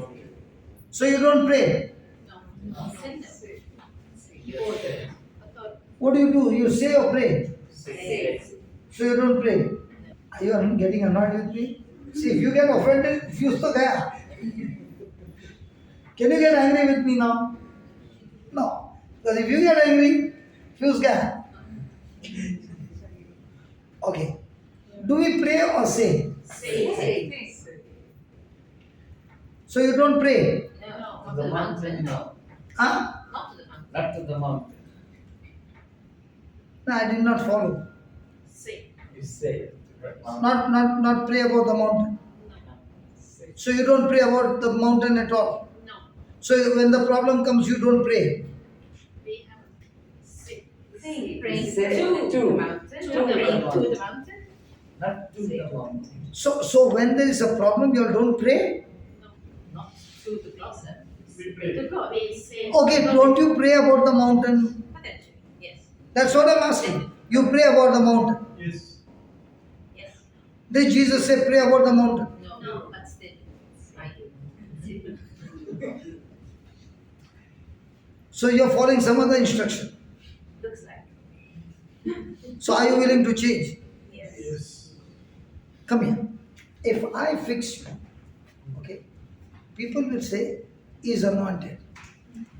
Correct? Yes. Do I know you? No. So if she fixes up, what happens?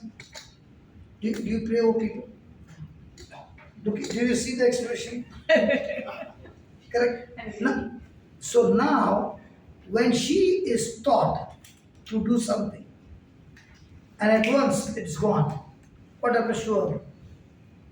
If she can do, I also can do. We all can do. Is that right? Yes. Come on. So, are you going to pray about his mountain or are you going to say to the mountain? Say. Not pray about. No. So, how many years did you pray about the mountain? How many years? Forever. Yeah, I know why you're saying forever. The women are smarter. If I say how many years, he will know my age. And when he knows my age, I'll become very old. What's the difference between pray and say? When you pray, you are talking to God. When you say, you're talking to that sickness, or to the devil, or to the demon, or to the problem. Why did you do that? Yeah. It's fine. Are you scared? Talk to a demon a bit, yes.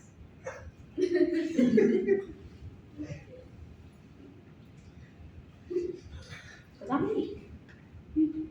So you don't have Christ in you. Okay. We all are weak.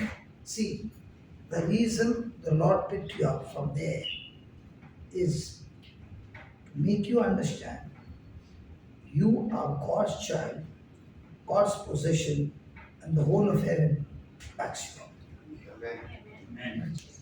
Can you change your thinking now? Sure. So he says, verily, verily, I say to you that whosoever shall say to this mountain, two things. What's the first thing you say? What to do? Say that. Be thou removed. So what to do? Be thou removed. First question. What to do? Be thou removed. Second question. Where to go? Cast into the sea. So every problem in your life, you're going to say two things. What to do? Where to go? So, be thou removed and be cast into the sea. Class. Now don't go and tell your husband. Because you'll say, all those who give me problem. No. Praise God. I met your husband in the morning. We had a beautiful time together. Hallelujah. So there are two things you'll say to every problem of your life. What to do? Where to go?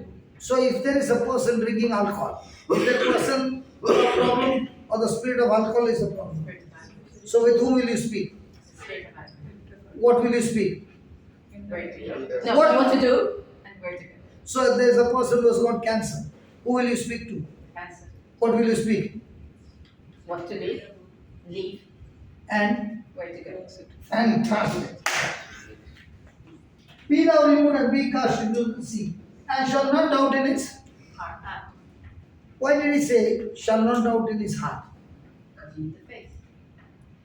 You need full faith. So he can doubt in his mind.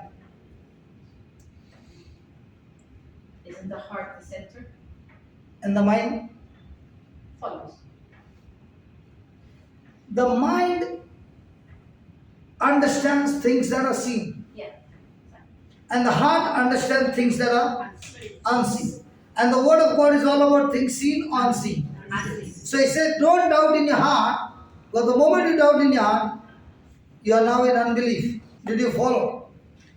So, shall not doubt in his heart, but shall Believe. believe that those things which he Said. said shall. So what's your job to believe? Whatever I said, I believe it shall come to pass. So are your words serving you? Yes. So now do you got servant from heaven, Yes. and that servant is going to work for you, Right. and it's free. Yes. Right. What do you mean by Sorry, I that? got confused so much. Okay. Yes, sir. Did you follow? Look at the last line. He shall, Have whatever serve. Whatsoever he says. he shall have. Whatever serves. So what happens to a person who says, my husband, dot, dot, dot, dot, dot. What will you have? What she said. My husband, question mark. What will you have? What she said. My mother-in-law, my father-in-law, my neighbor, my boss. You shall have. Whatever you say. So are you ready to say? Yes. And you shall have whatever you say. Yes. Ready? You have to only listen to what she says. Okay? Do I just need back there? Now you have to say whatever. I'll teach you. Okay. Exactly. Okay. Okay? And we are not going to pray. Mm-hmm. We are going to say. There's a time to pray. There's a time to say. Jesus spent the whole night what? Praying to God. He spent the whole day what? Saying to the sickness. Okay? Close your eyes and say this. Lord Jesus, Lord Jesus, I thank you for picking me up, I thank you for picking me up, choosing me, choosing me, anointing me, anointing me, and teaching me the truth. and teaching me the truth. I love you, Jesus, I love you, Jesus, and I thank you. and I thank you. You said You said those who have faith those who have faith can say can say to the mountain, to the mountains, Lord Jesus, Lord Jesus, this brother of mine, this brother of mine he has got a problem in the back, has got a problem with the back, and I don't know and I don't know what is the root What is the root cause of this problem. cause of this problem? But you know it. But you know it. Lord Jesus, Lord Jesus, I am speaking to that spirit of infirmity. I speak in that spirit of infirmity. Two things: Two things. what to do What to do and where to go. and where to go.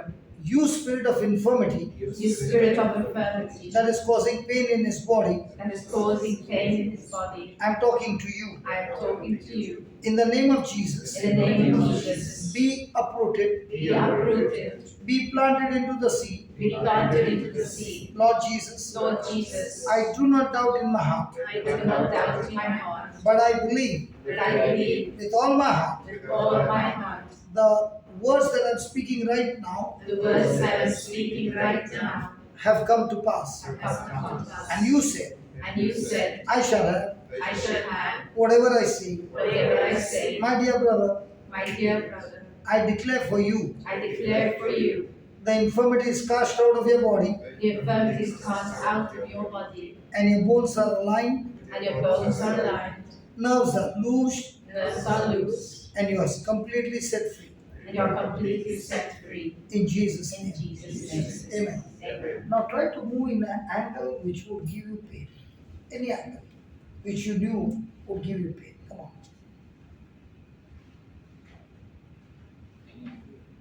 Which would cause pain before. Yeah, go ahead. Go more deep. Huh? Yeah, but is the pain there now? Do it 10 times.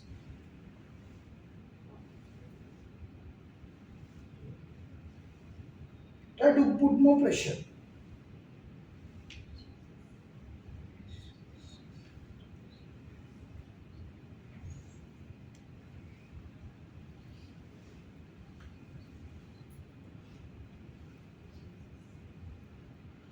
That's enough.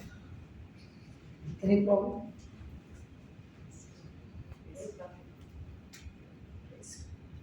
Now, with what you learned, did you ever think that you had this power to speak faith-filled words? It's new. It's new. So now, what is new? Are you going to make it old? Internalize it. That's it. So are you going to use it every day? Yes. And are you going to use the same words for others? Yes. If we Christians had to learn the system, our life would have been so supernatural. I'll ask you one thing. Did Jesus say, all those who believe, signs and wonders will follow them? Or where signs and wonders are there, I will follow them? Which one? But where are we following? Right. Can you walk a little? Can I walk it? Sure. Hey, look.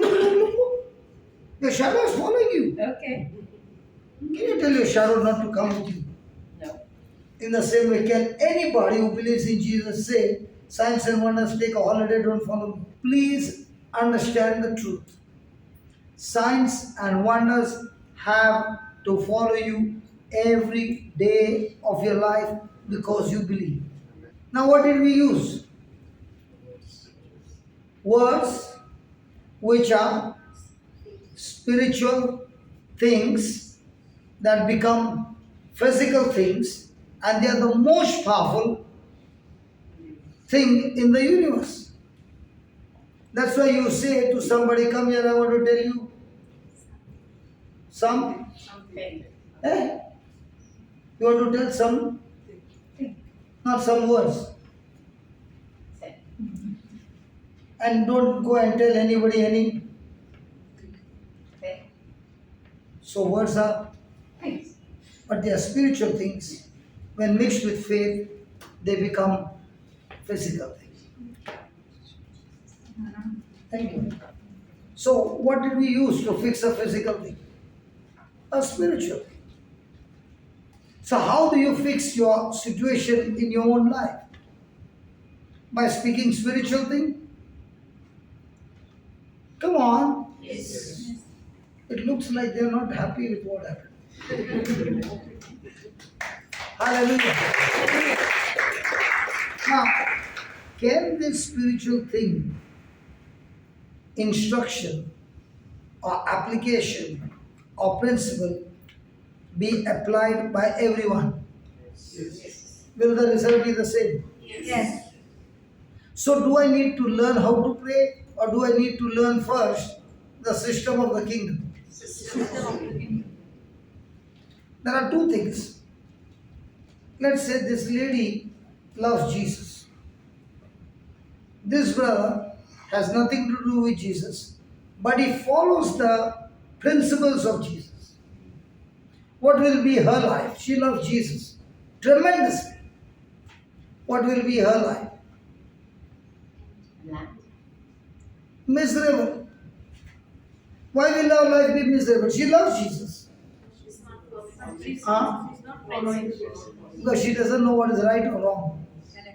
And she thinks that what she's doing is right because she doesn't know the truth. One. This person follows the truth but he has got no relationship with Jesus. What will be his life? His life will be victorious on earth. But when he dies, he'll still go to hell. Because salvation comes from Jesus alone. So what is the true force that I need in my life? The person of Jesus and the teaching of Jesus. When they both are together, my life becomes supernatural. Okay?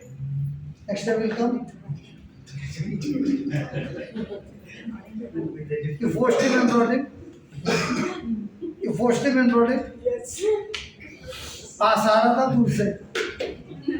Hey, come on, give me a hug here. Thank you. Is it boring? What you are listening, is it boring? Just I'm not used to. You are not used to, but now, without being used to, also the Lord healed your back now. See, these speakers, all these cables are there. Can you see? But if all these cables are given to you, and you don't know the system, can you operate the system? But once you know the system, can you connect all those cables right and have a wonderful time? So the Bible is all those cables of heaven. Learn to connect, and now you're connected to heaven and start using your mouth and speak your faith-filled words. Now you're walking in victory. So do you want to live a life of a beggar or a believer? Next one. Man is a spirit being. Man is a spirit being, very capable. Man is a spirit being, very capable of operating on the same level of faith,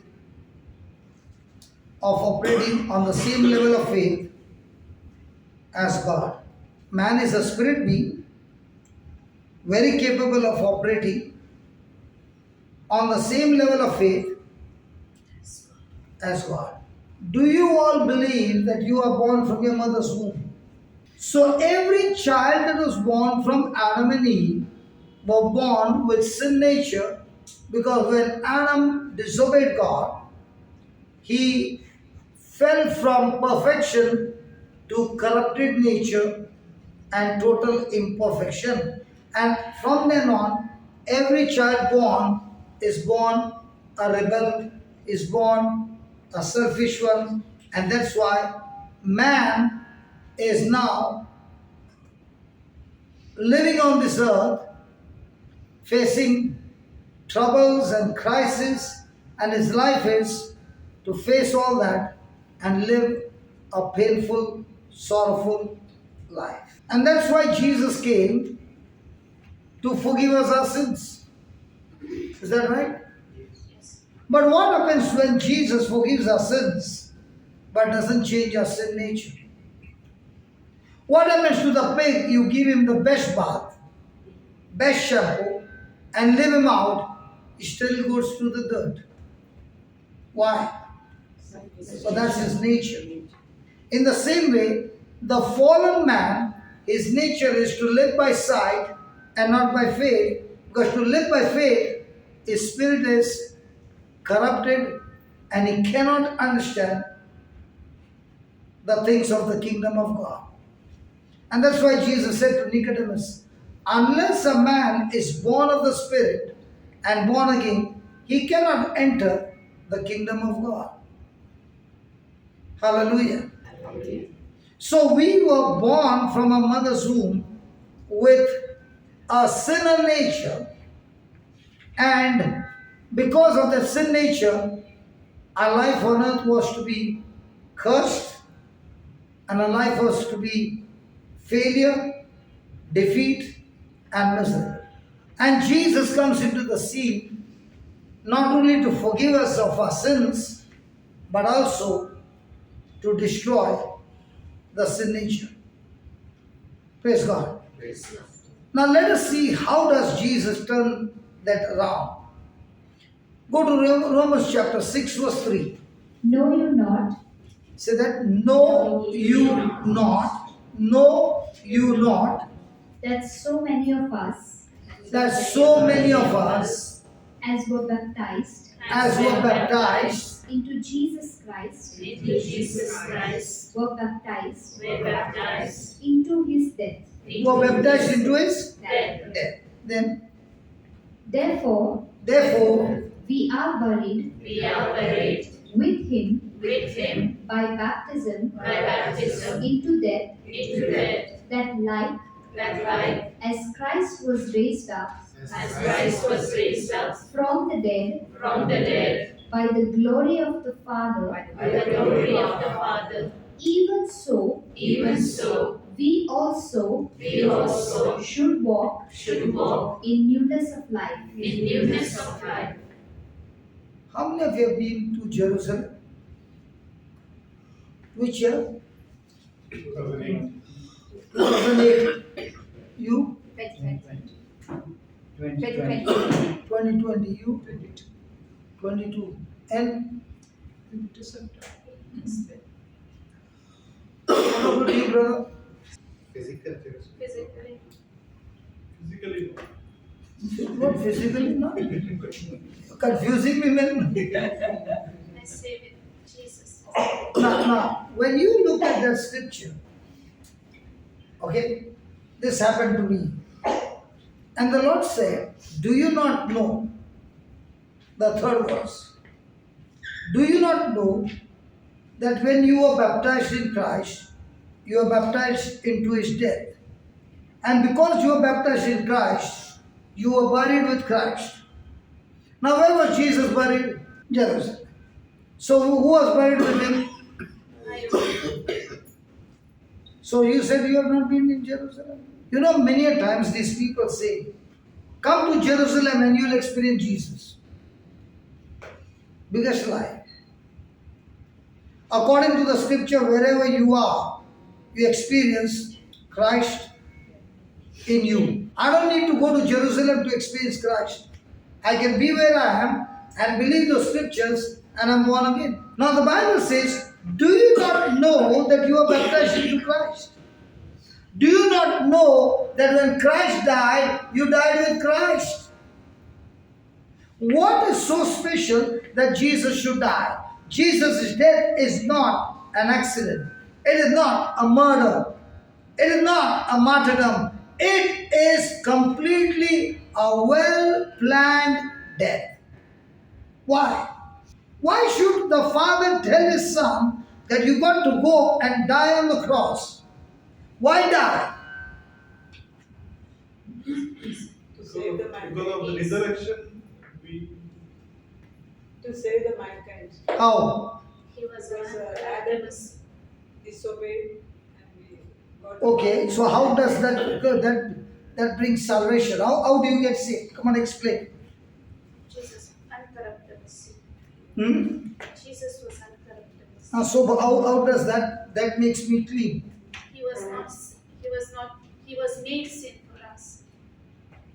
So how does that change my sin nature? He took my place. He took my place. He took my place, correct. But how does that change? I want to know how does that change, brother. You are giving me some theory. If I know how that gets changed, I can live a victorious life. Okay, let's put it this way. Supposing I'm Satan and you are my slave. Example, okay? Now, when you are my slave, can I make you work day and night? Yes. Can I kick you? Yes. Can I beat you? Yes. Do you get a salary? May If not- you're a slave, No. no way. Do you need to obey me? Yes.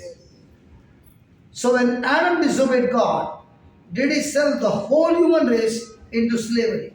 Yes. So I got a pair of pigeons and they are in the cage. When the eggs are laid, they are laid inside the cage, outside the cage. So the young ones are free birds or already caged. Yes. So in the same way, when Adam and Eve were slaves of the devil, the children of a slave are born slaves. Agreed? Yes. So one day in the morning, I saw you not come to work. And I see you lying down there. I kick you and I say, get up. You don't get up. I beat you with a stick. Get up. You don't get up. And then you realize you are dead. The moment you are dead, what will I do with the dead body? No longer useful. Start decaying. That smell, you can't take it. The first thing you will get rid of that dead body. That's exactly what happened on the cross. When Jesus died, I died with Christ. When Jesus was buried, I was buried with Christ. And that's why Satan lost his ownership over me by my death. The slave got freedom by his death. And Jesus died my death to give me freedom from Satan. And that's why I'm set free. Now, after 3 days, the Heavenly Father raised him from the dead. Now, am I still baptized in Christ? Yes. So, am I still in union with Christ? Yes. Now, when God raised Jesus from the dead, did He raise Him by the Word of God or by His glory? Look, everything that He created by His Word. But when it came to resurrection, He did not speak a word. He raised His Son by the glory of God. And when the Son was raised, you and I were also raised, and that is called as born again. So how many types of human beings are there on this earth? One, that came from Adam. And they are the poor, bandaged children of Eve. And we who are born again are no longer the children of Eve, we are the children of God. And now that we are born again, we have the Spirit of God in us, we have got the nature of God in us, we have got the righteousness of God in us, and that what has been made new is my spirit. God is spirit. He speaks to man in spirit. You cannot communicate to a spirit using your 5 senses. So what happened when I got born again? He gave me a new spirit, and therefore now you and I are spirit being. Not spiritual being, but spirit being who understands spiritual things. And unless you become a spirit being, you cannot understand the Bible at all. That's why Jesus said to Nicodemus, unless you're born again, you cannot enter the kingdom of God.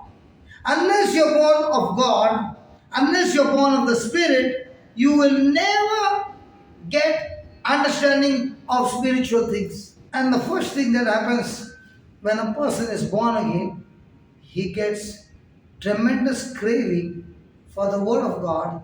That Word of God is his spiritual milk. And the more and more he drinks of the spiritual milk, the more and more he understands spiritual things. He is now a spirit man understanding spiritual things, and now God the Holy Spirit teaching him the revelation and understanding how it works in the spirit realm. The same person would have been a drunkard, the same person would have been a drug addict, the same person would have been a murderer, but when he gets born again, the first thing that happens is completely changed from inside out. And that's what happened when Jesus died on the cross and He said, it is finished. I have finished my part. I have obeyed the law for you. I paid the penalty for you. And now God the Father is saying, everything that you deserve, I gave it to my Son. And everything that He deserved, I gave to you as a gift, as an inheritance. So the question tonight is here. Have you come here to earn your salvation? Have you come here to learn about your salvation? Christianity is not about earning anymore. Christianity is about learning the truths of the kingdom and receiving an inheritance. Is this your currency? Those who know it, please don't participate. Is this your currency? Even included in Abu Dhabi? The same? Yes. In Dubai, this is Dubai currency. You know that. You know that. And this is Asli. Okay. Now, this 100 dirhams, I want to give it to you. I said, this 100 dirhams, I want to give it to you. You know it, my sweetheart. Because I want people to understand this is the same way God is talking to everybody. Come, brother.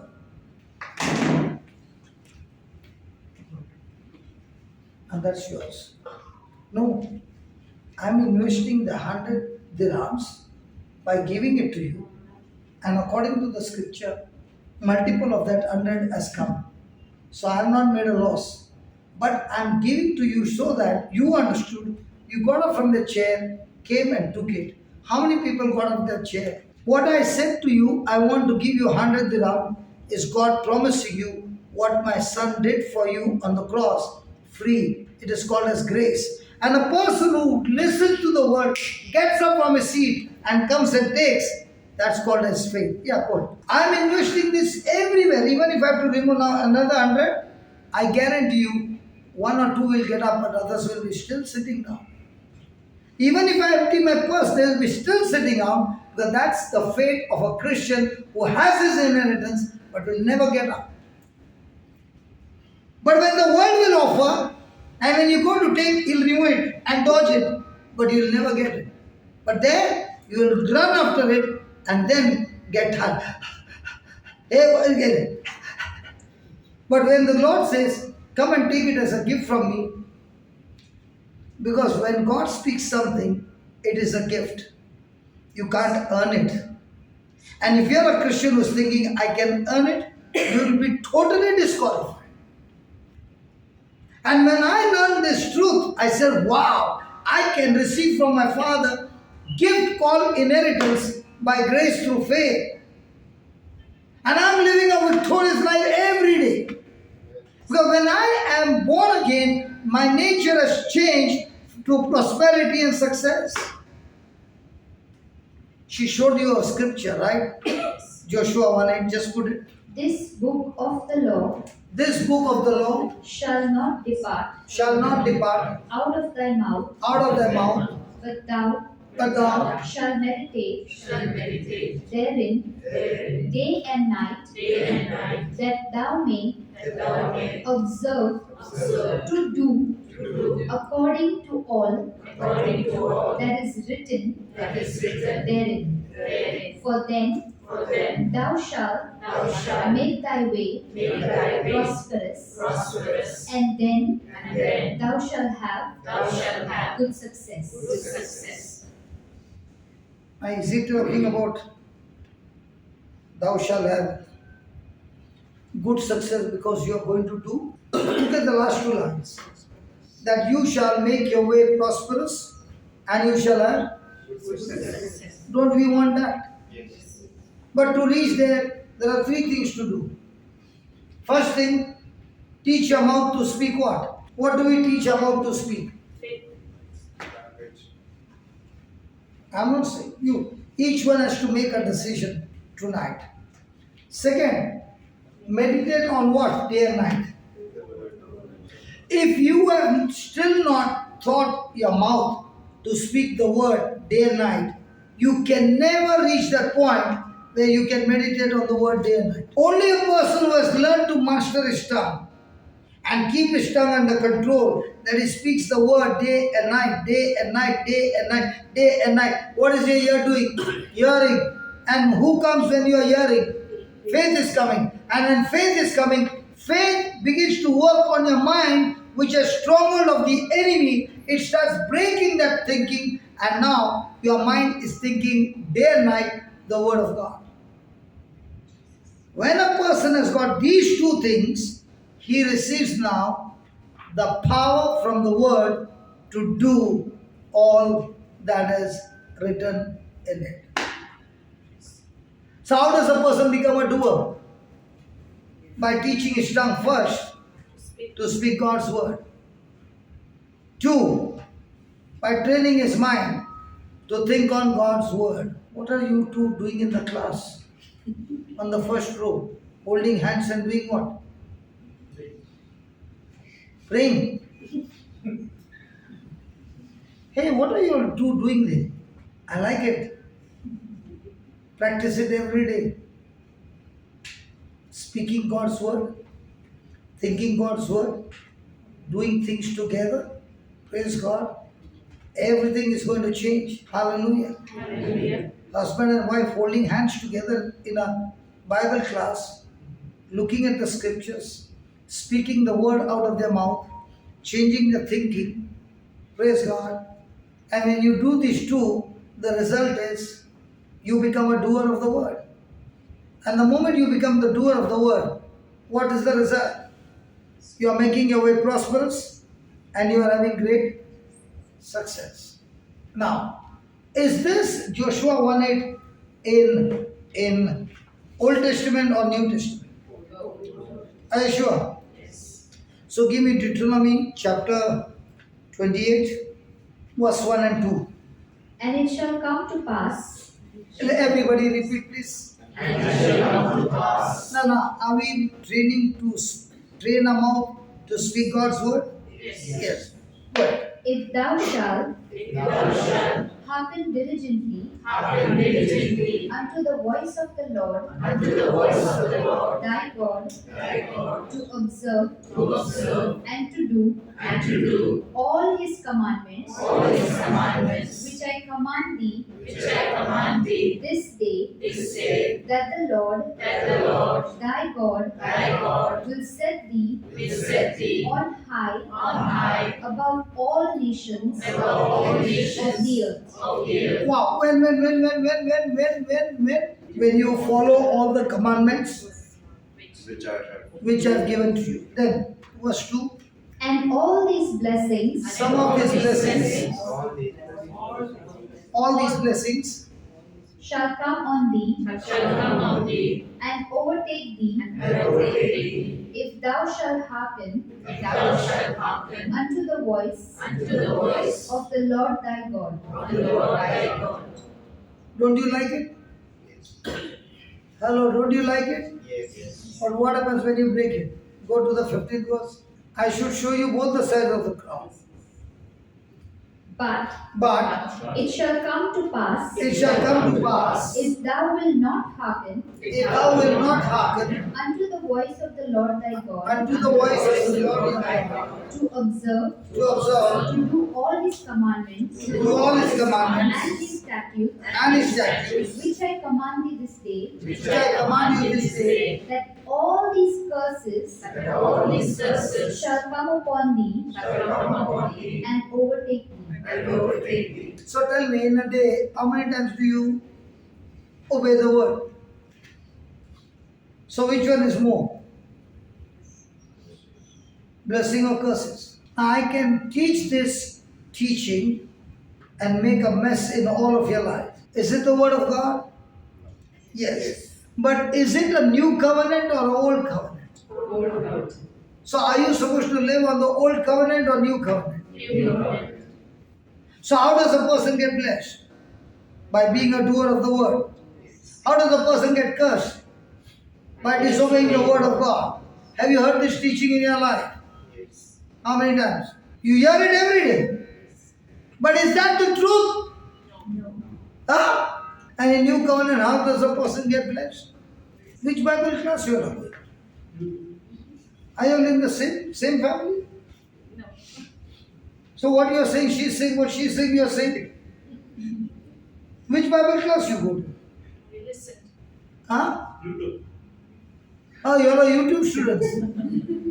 Do you know this Deuteronomy 28 will give you such a terror and such a fear? Yes. You'll end up with curses. Yes. But no human being till today can ever keep the law. No human being except Jesus. So we end up being blessed or we end up being cursed. And it has been spoken day and night, showing you, listen, you disobey, you are under curse, under curse. Even in your sleep, what's a curse? A force that destroys you. But look at what the Bible says in the New Covenant. Ephesians 1:3. Blessed be the God Come on, everybody. Come on, everybody. and Father And the Father of our Lord Jesus Christ, of our Lord Jesus Christ, who has blessed us who has blessed us with all spiritual blessings with all spiritual blessings in heavenly places in heavenly places in Christ. in Christ. So how do you get blessed in the New Covenant? Hey, how do you get blessed in the New Covenant? Through Jesus Christ. By believing what Jesus did for you on the cross, and that is your substitute, and He died for you, and He paid the penalty for you. You believe it, and you get blessed. So tell me, how many people live under the law, and how many people live under grace? And day and night, what is preached? Sin, sin, sin, and sin, and sin, and sin, and sin, and sin. But the good news, the gospel of Christ is grace, grace, grace, and grace, and mercy, and love. If I look at my past, what I did, no way I can stand here. Because according to Deuteronomy 28, not only I am cursed, my generations are cursed. But thanks be to God that the gospel preached in the new covenant is that blessed be God the Father of my Lord Jesus Christ, who has blessed me not by my works, but when I believe in the works of Christ for me on the cross. I did not get the power to heal the sick because I fasted and I prayed and I knelt and I did fasting for 40 days. I got this gift free because He said, all those who believe in my Son's sacrifice, these signs will follow them. Some of them are struggling for years to get the power. And some of them, the moment they believe, they receive. How much time did it take for you to get up from that seat and come and take what was said? That is the new covenant. That is the new covenant. How come this lady could heal that brother? She herself confessed. You saw her expression. When I asked her, have you ever healed anyone? Then how come that lady can heal? How come this lady can get out of varicose vein in a matter of seconds? Because the new covenant is all about believing and not doing. Hey, you mean to say, I don't need to do. I don't need to do, but what to do? He changed my nature from sin nature to Christ nature. Now I'm doing, not because I want to do. He changed my nature, and that new nature is making me do the good work. I'm not doing good work because I want to do good. I'm doing good work because He changed my nature. Okay, let me ask you. If you see a dog in India lifting one leg, what would you call the dog? He's a man. Jesus! Please help me. From the time they left India, they fought everything. He's a man. He's making A male dog, right? Why does he lift his leg? That is his nature. In the same way, why do you think you are doing good? Because you got the nature of Christ absolutely free, a gift from God. And when you understand that, every day you are saying, thank you, Lord. You have set me free from sin nature and gave me the Christ nature absolutely free. And that's what she said. Christ in me has given me His own mind, and now I can learn and know everything that Christ knows is in me. Now tell me, a person by grace will be living a life of slavery, or will he be living a life of sonship? So do I need to struggle or do I need to believe? Which one are we? Many people think if I fast for 40 days, I'll get more power and more praise will be answered. Yeah. Give nicely. Give nicely, Ray. This is for you. Give. And Mama is saying, Baba, if I fast more, God will answer my prayer more. All lies.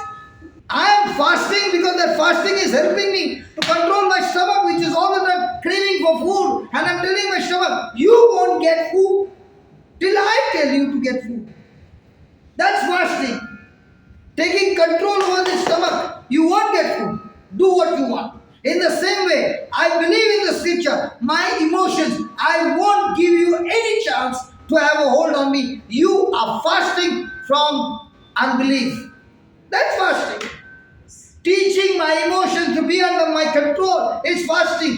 And that fasting helps me to walk in faith and not by my emotions. And that's why you find the power making you victorious. If fasting would give you more power, go to Africa. For days they don't have food, man. By default they are fasting. But didn't Jesus say to the disciples when they could not cast out the spirit, that such kind of spirit goes out with fasting and praying? You know what kind of spirit? The disciples had unbelief, and that unbelief, not that boy spirit, their own unbelief stopped them from operating in faith. And fasting will help you to get unbelief out of you, which will get the things done. So problem was of faith, of unbelief. Hallelujah. Hallelujah. Thank you, Jesus. Thank you, Jesus. So next time Mama is fasting, you got to tell Mama, Mama, God doesn't want your stomach to be empty. God wants your spirit to be so full with the word that you don't need to fast. You need to believe, Mama. Can I get some more with spondylosis or some haddi viddi ka labda? Spondylosis, You healed me before 14 years. 14 years before. Spondylosis, And in between it comes back. And I prayed that in the name of Jesus, I order you, get out of my body, was it at the feet of Jesus. husband, tell the wife what you are telling. Spondylosis, tell me another at night, then you'll have to massage. I do. You do that massage, no? At least tell her, get up and go. Other that fellow is torturing you, and I love you so much that even in my sleep I have to come give you a massage. Come here, sister. No, he has got sleepless, no? Hey, spondylosis, no? What? Huh? What? ACL, knee ligament. Ligament hai. Aja. To my right is Vicky from Abu Dhabi. And Jeno from Kuwait. To my right is Jeno from Kuwait. Praise God. 2 boxers. And I am the referee. You got problem in your shoulders. He got a ligament tear. Who do you think will win? Jesus. You have to kill that ligament tear. You have to kill. Not Vicky, huh? You have to kill that. He's saying, brother, please do it. Look at his expression. How much he loves you. And you are saying, no, let it be. Maja aa raha hai. I had already come out. Sorry? I had already come out. No, but you went on pushing you. Because his hands, look at his arms, how much strong they have become. Just look at his arms. At least have mercy on him. Ready? Close your eyes, both of you. And say this. Lord Jesus, Lord Jesus, I thank you I thank you for teaching me for teaching me on faith. on faith. And Lord Jesus, And Lord Jesus, I thank you I thank you for giving me the authority for giving me the authority and the power and the power to trample on snakes and scorpions to trample on snakes and scorpions and to overcome and overcome all the powers of the enemy.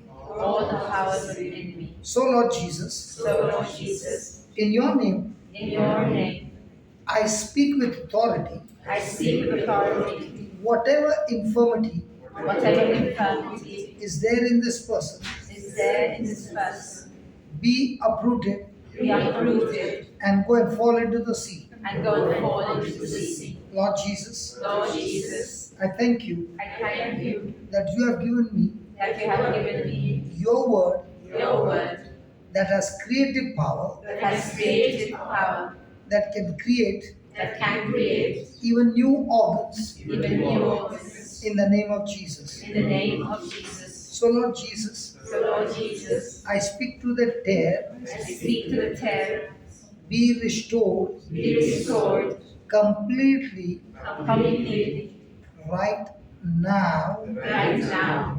in the name of Jesus. In the name of Jesus. Whatever has gone wrong, Whatever has gone wrong, be completely be completely recreated, recreated, regenerated, regenerated, just like just like by faith by faith, Sarah's womb, Sarah's womb, which was dead, which was dead, was regenerated, was regenerated, recreated, recreated, and life came into the womb, and life came to the womb, that even at 90 that even at 90 she could bear children. she could bear children. In the same way, In the same way, I thank you, Lord, I thank you, Lord, the tear is gone the tear is gone, and it is recreated, and is recreated, and my brother's legs and my brother's legs are completely healed. are completely healed. In Jesus' name. In Jesus' name, Amen. amen. Now tell him, do whatever you want to do. Tell him, do something. Oh, make some kind of movement to make your knees straight.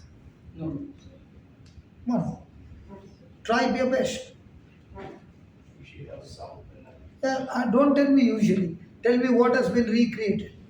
Can you see him fasting in a AC room? No, sweating, sorry. Can you see the sweat? You don't sweat when you pray. Did we pray or did we kill? Okay, we can. Kill. And he's sweating, see? Okay. This is a real kill, man. Oh, it worked. It worked. What do you mean the It whole? worked. I know, I'm sorry. I know. Yeah, tell me. What do you mean by now?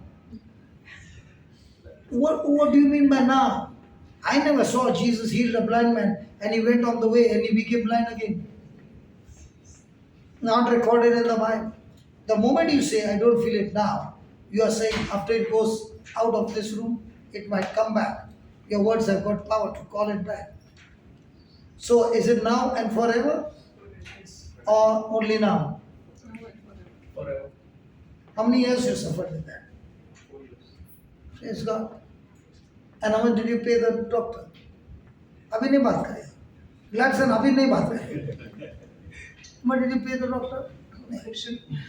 हाँ? नहीं बात करें. मैं बोला ना मैं मालूम है रे.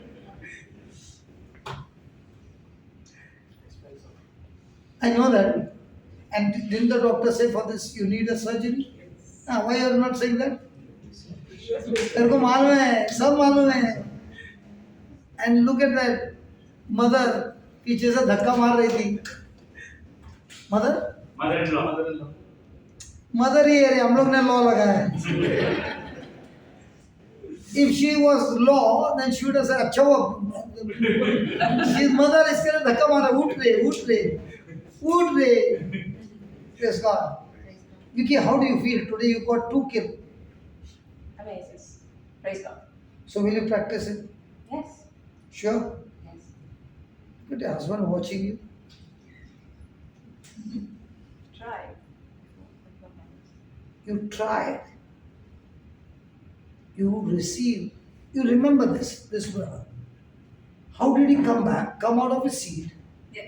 Take that 100 dirhams. I said, fine. That is called grace with faith. Promise of God with faith. Praise God. So can Sarah's womb get recreated? Yes. So can your legs get recreated? Yes. Can the dead kidneys come back alive? Is there anybody who's got dead kidneys? Wow, come. We'll give somebody else a chance. Oh, you want to try on him? No, I didn't know what you wanted me to do. You're so scared, man. I suggested, don't you want to try that? Yeah. Don't you want to learn? Yes. For how many years the kidneys are dead? 2 years. 2 years. So on dialysis. That's Praise God. So now modern science will say what? Once dead, always dead. But God gives life to the dead. Can you believe that? I want you to make a picture of it.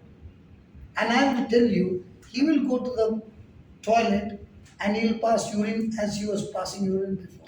Will you use your imagination? Bible is all about imagination. I'll show you a verse and then we'll go ahead. I will help you. It's a deal.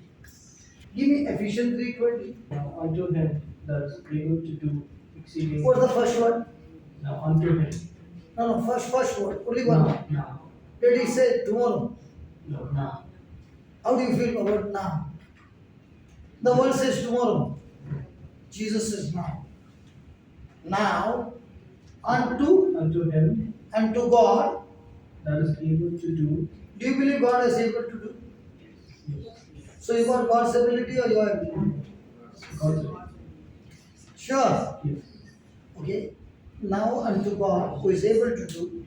Exceedingly abundantly above all that we ask or think, according to the power that worketh in us. Where were you thinking the power was? Honestly. Such you. I did not have power. You did not have power. You did not know you had power. But now you have power. You could witness it. And now is the power. Power is in And is it silent or working? it's working. Do you get sweat in AC room? Like pasina se aa raha hai. Why are you sweating? I'm not used to this. Not that you're not used to it. The Holy Ghost is destroying many strongholds and wrong thinking in your mind. This is supernatural. From today on, you will have such a craving for the word that you will be surprised. How did this happen? Because you just got born again. And you will see with your eyes this brother getting healed right now. But look at that. Now, unto God, 2, is able to do, 3, what? Exceeding 4, 5, above all, 6, that you, 7, think, 8, the power 9, worketh in us. Is the power active? So now you take those 10 points and think about it, and then we will pray. We'll pray or we'll say? We'll say. So when you say, that word mixed with faith, his ears are hearing, and that word which is spiritual, full of life, will go and find his kidneys and recreate new kidneys. I want you to use your imagination. Ready? Hold hands. Both of you, and you listen to his words, okay? I know you're on the hot seat, but you do your part.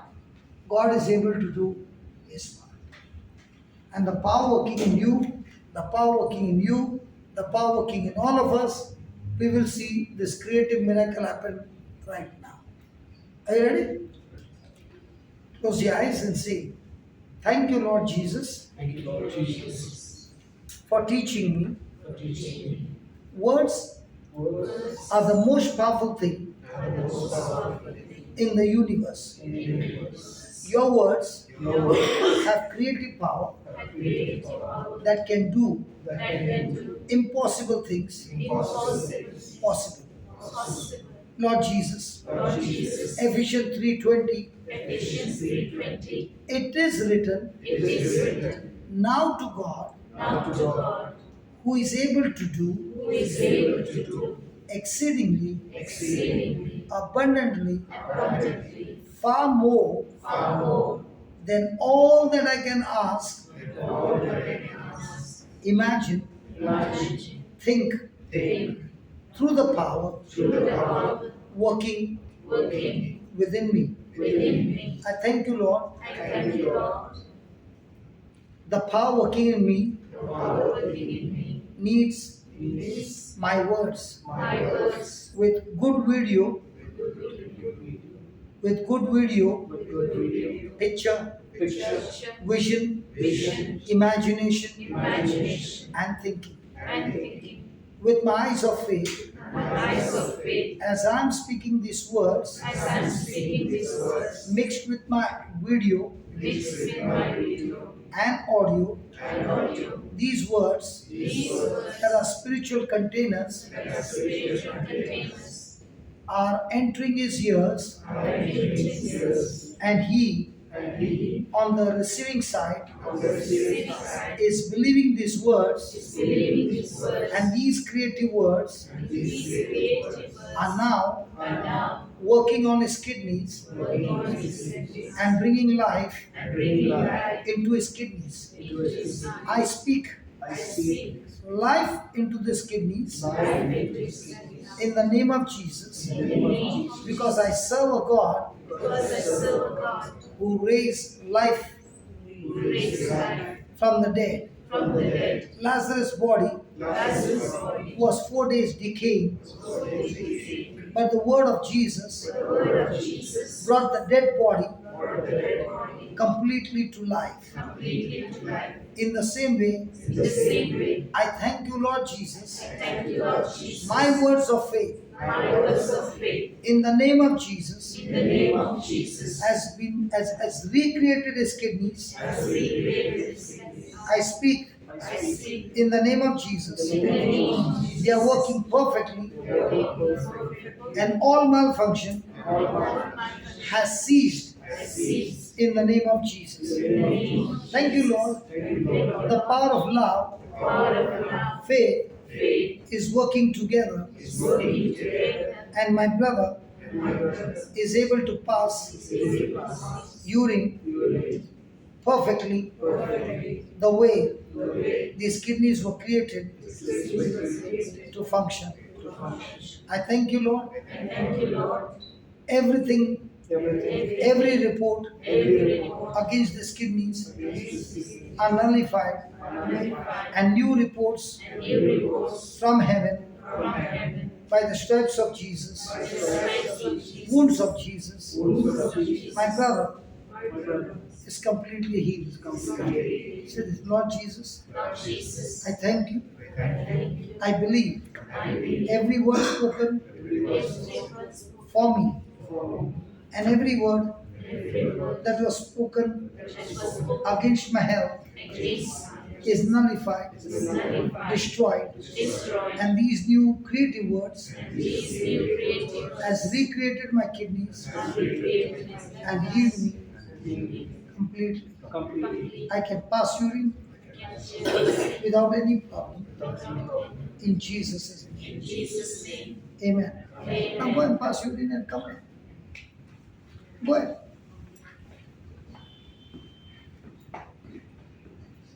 It's so easy. Praise God. Thank you. Write down in bold capital letters, please. Bold capital letters. This is a spiritual law. This is a spiritual law. It works every time. It works every time it is applied correctly. This is a spiritual law. It works every time it is applied correctly. God never does anything. God never does anything without saying it first. God never does anything without saying it first. God is a faith God. God, come here. God is a faith God. Yeah, tell us what happened. So I visited the washroom now, and usually when I pass urine, uh, like soda water, there's a lot of bubbles that get formed. But today, nothing has been formed. I just I didn't flush the toilet, I thought I'd take a picture. Come take the picture. He did not flush the toilet because he says, I want to go and take the picture. Now my question to you is, how much time did it take? Did you ever think, brother, that is a Christian life?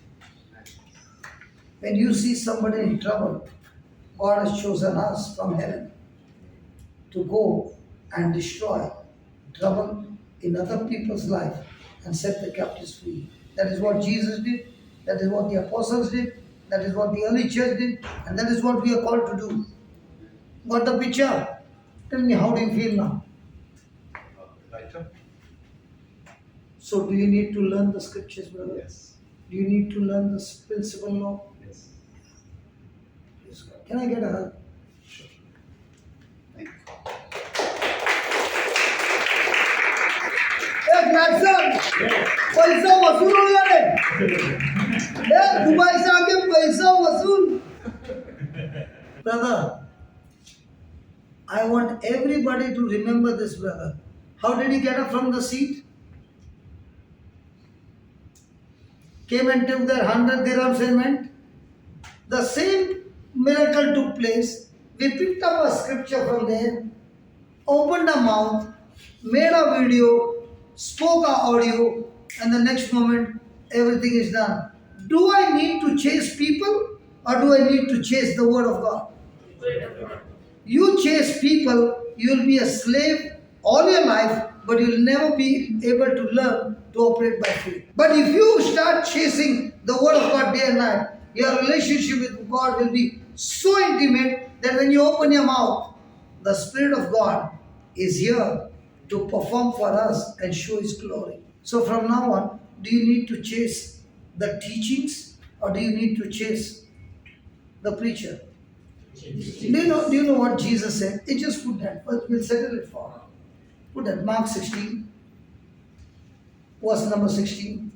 And for me, it is so easy that I can pick up anybody from the congregation who has never prayed and teach him the principle.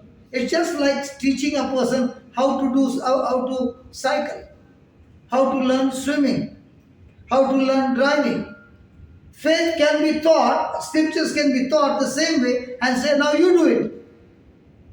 Do you know cycling? How many days did you take to learn? About a month. अरे तो ऐसा लड़का एक महीना लगा, एक महीना. And you? I can't remember, it was too young. I was too young then. You? Probably a day to figure out that. कितना बोलता है? One day. One day. हाँ ये मेरा बिरादर का ये एक महीना. brother डबल सीट लेता है कि नहीं? I did not want to ask you, I know that. Double seat लेता है कि नहीं? लेता ना? ट्रिपल सीट लेता है? चौबल seat? Why no? Double seat लेता है? ट्रिपल सीट लिया?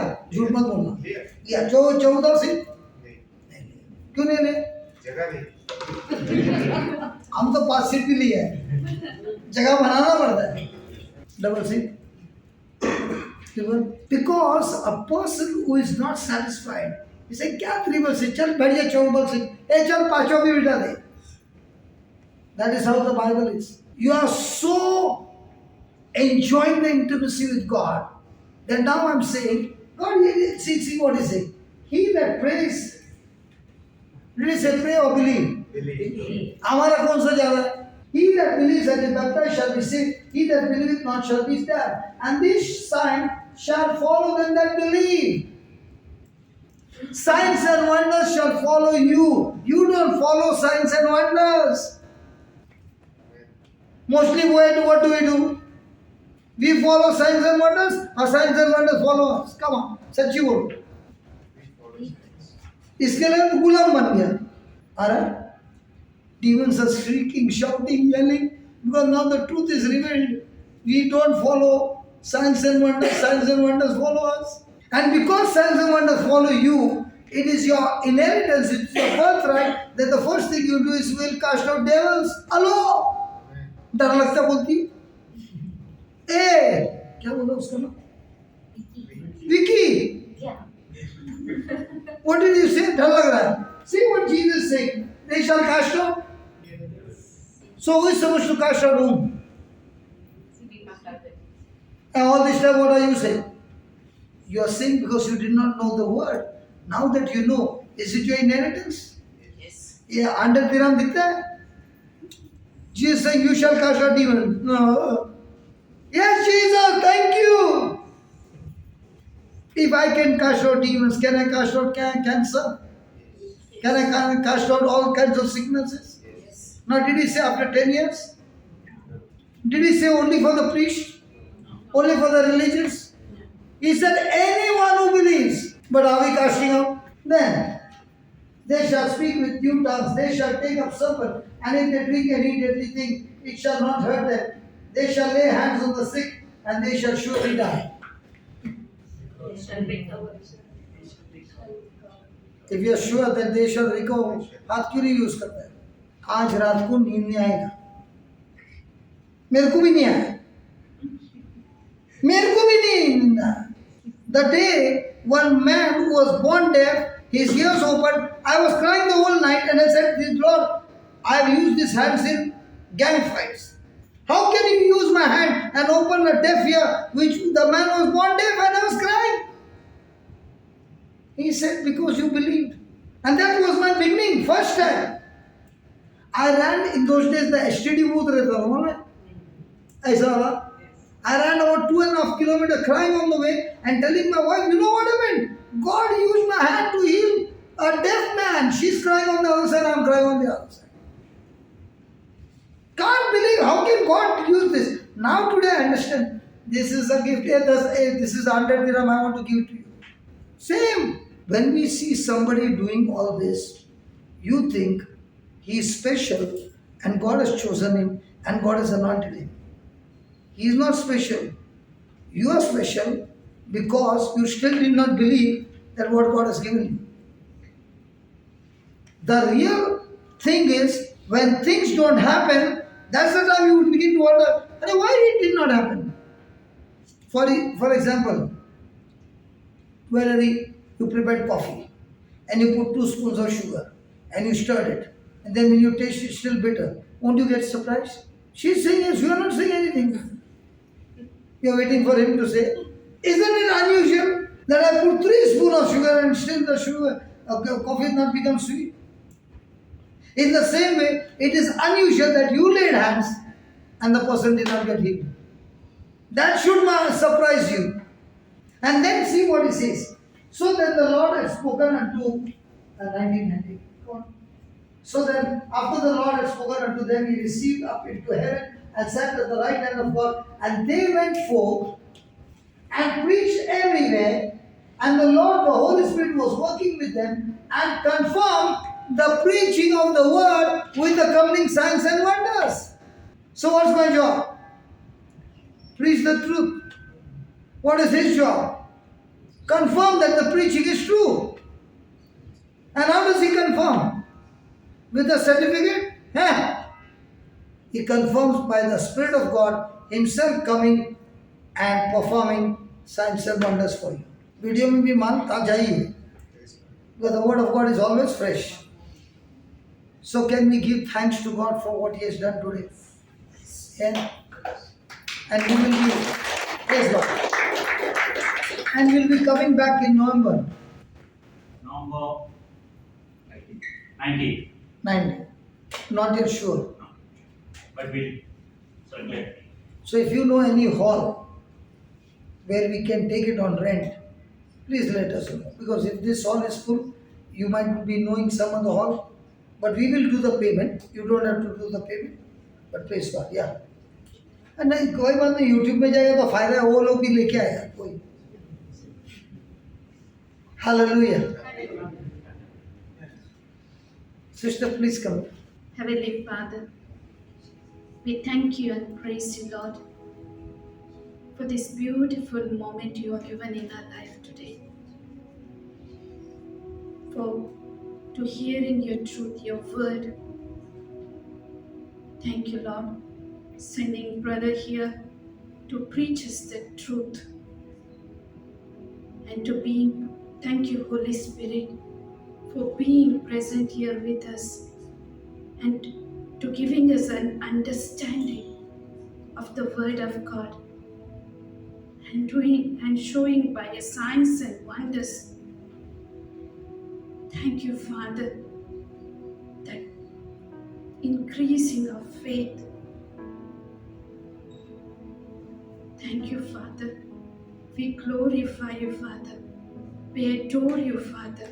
We love you, Father.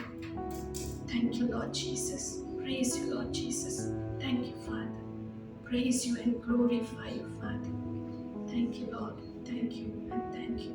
Thank you, Father. Father, in the name of Jesus, I pray for this precious sister and all of us over here. Lord, the seed has been planted in the hearts of your people.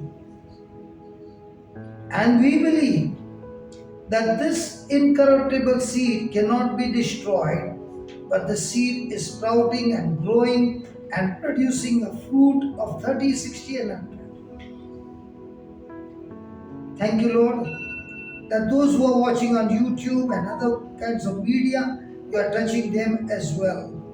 Your word is the same yesterday, today, and forever.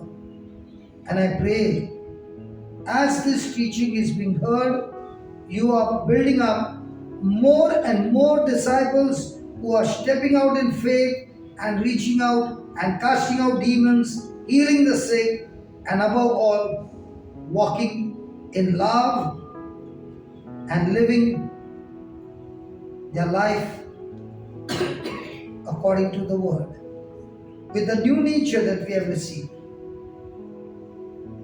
with the righteousness that we have received, with the mind of Christ that we have received. And thank you, Father. In all this, you be glorified. In Jesus' name. Amen and amen. Amen. God, let's give the Lord a big hand. Come on.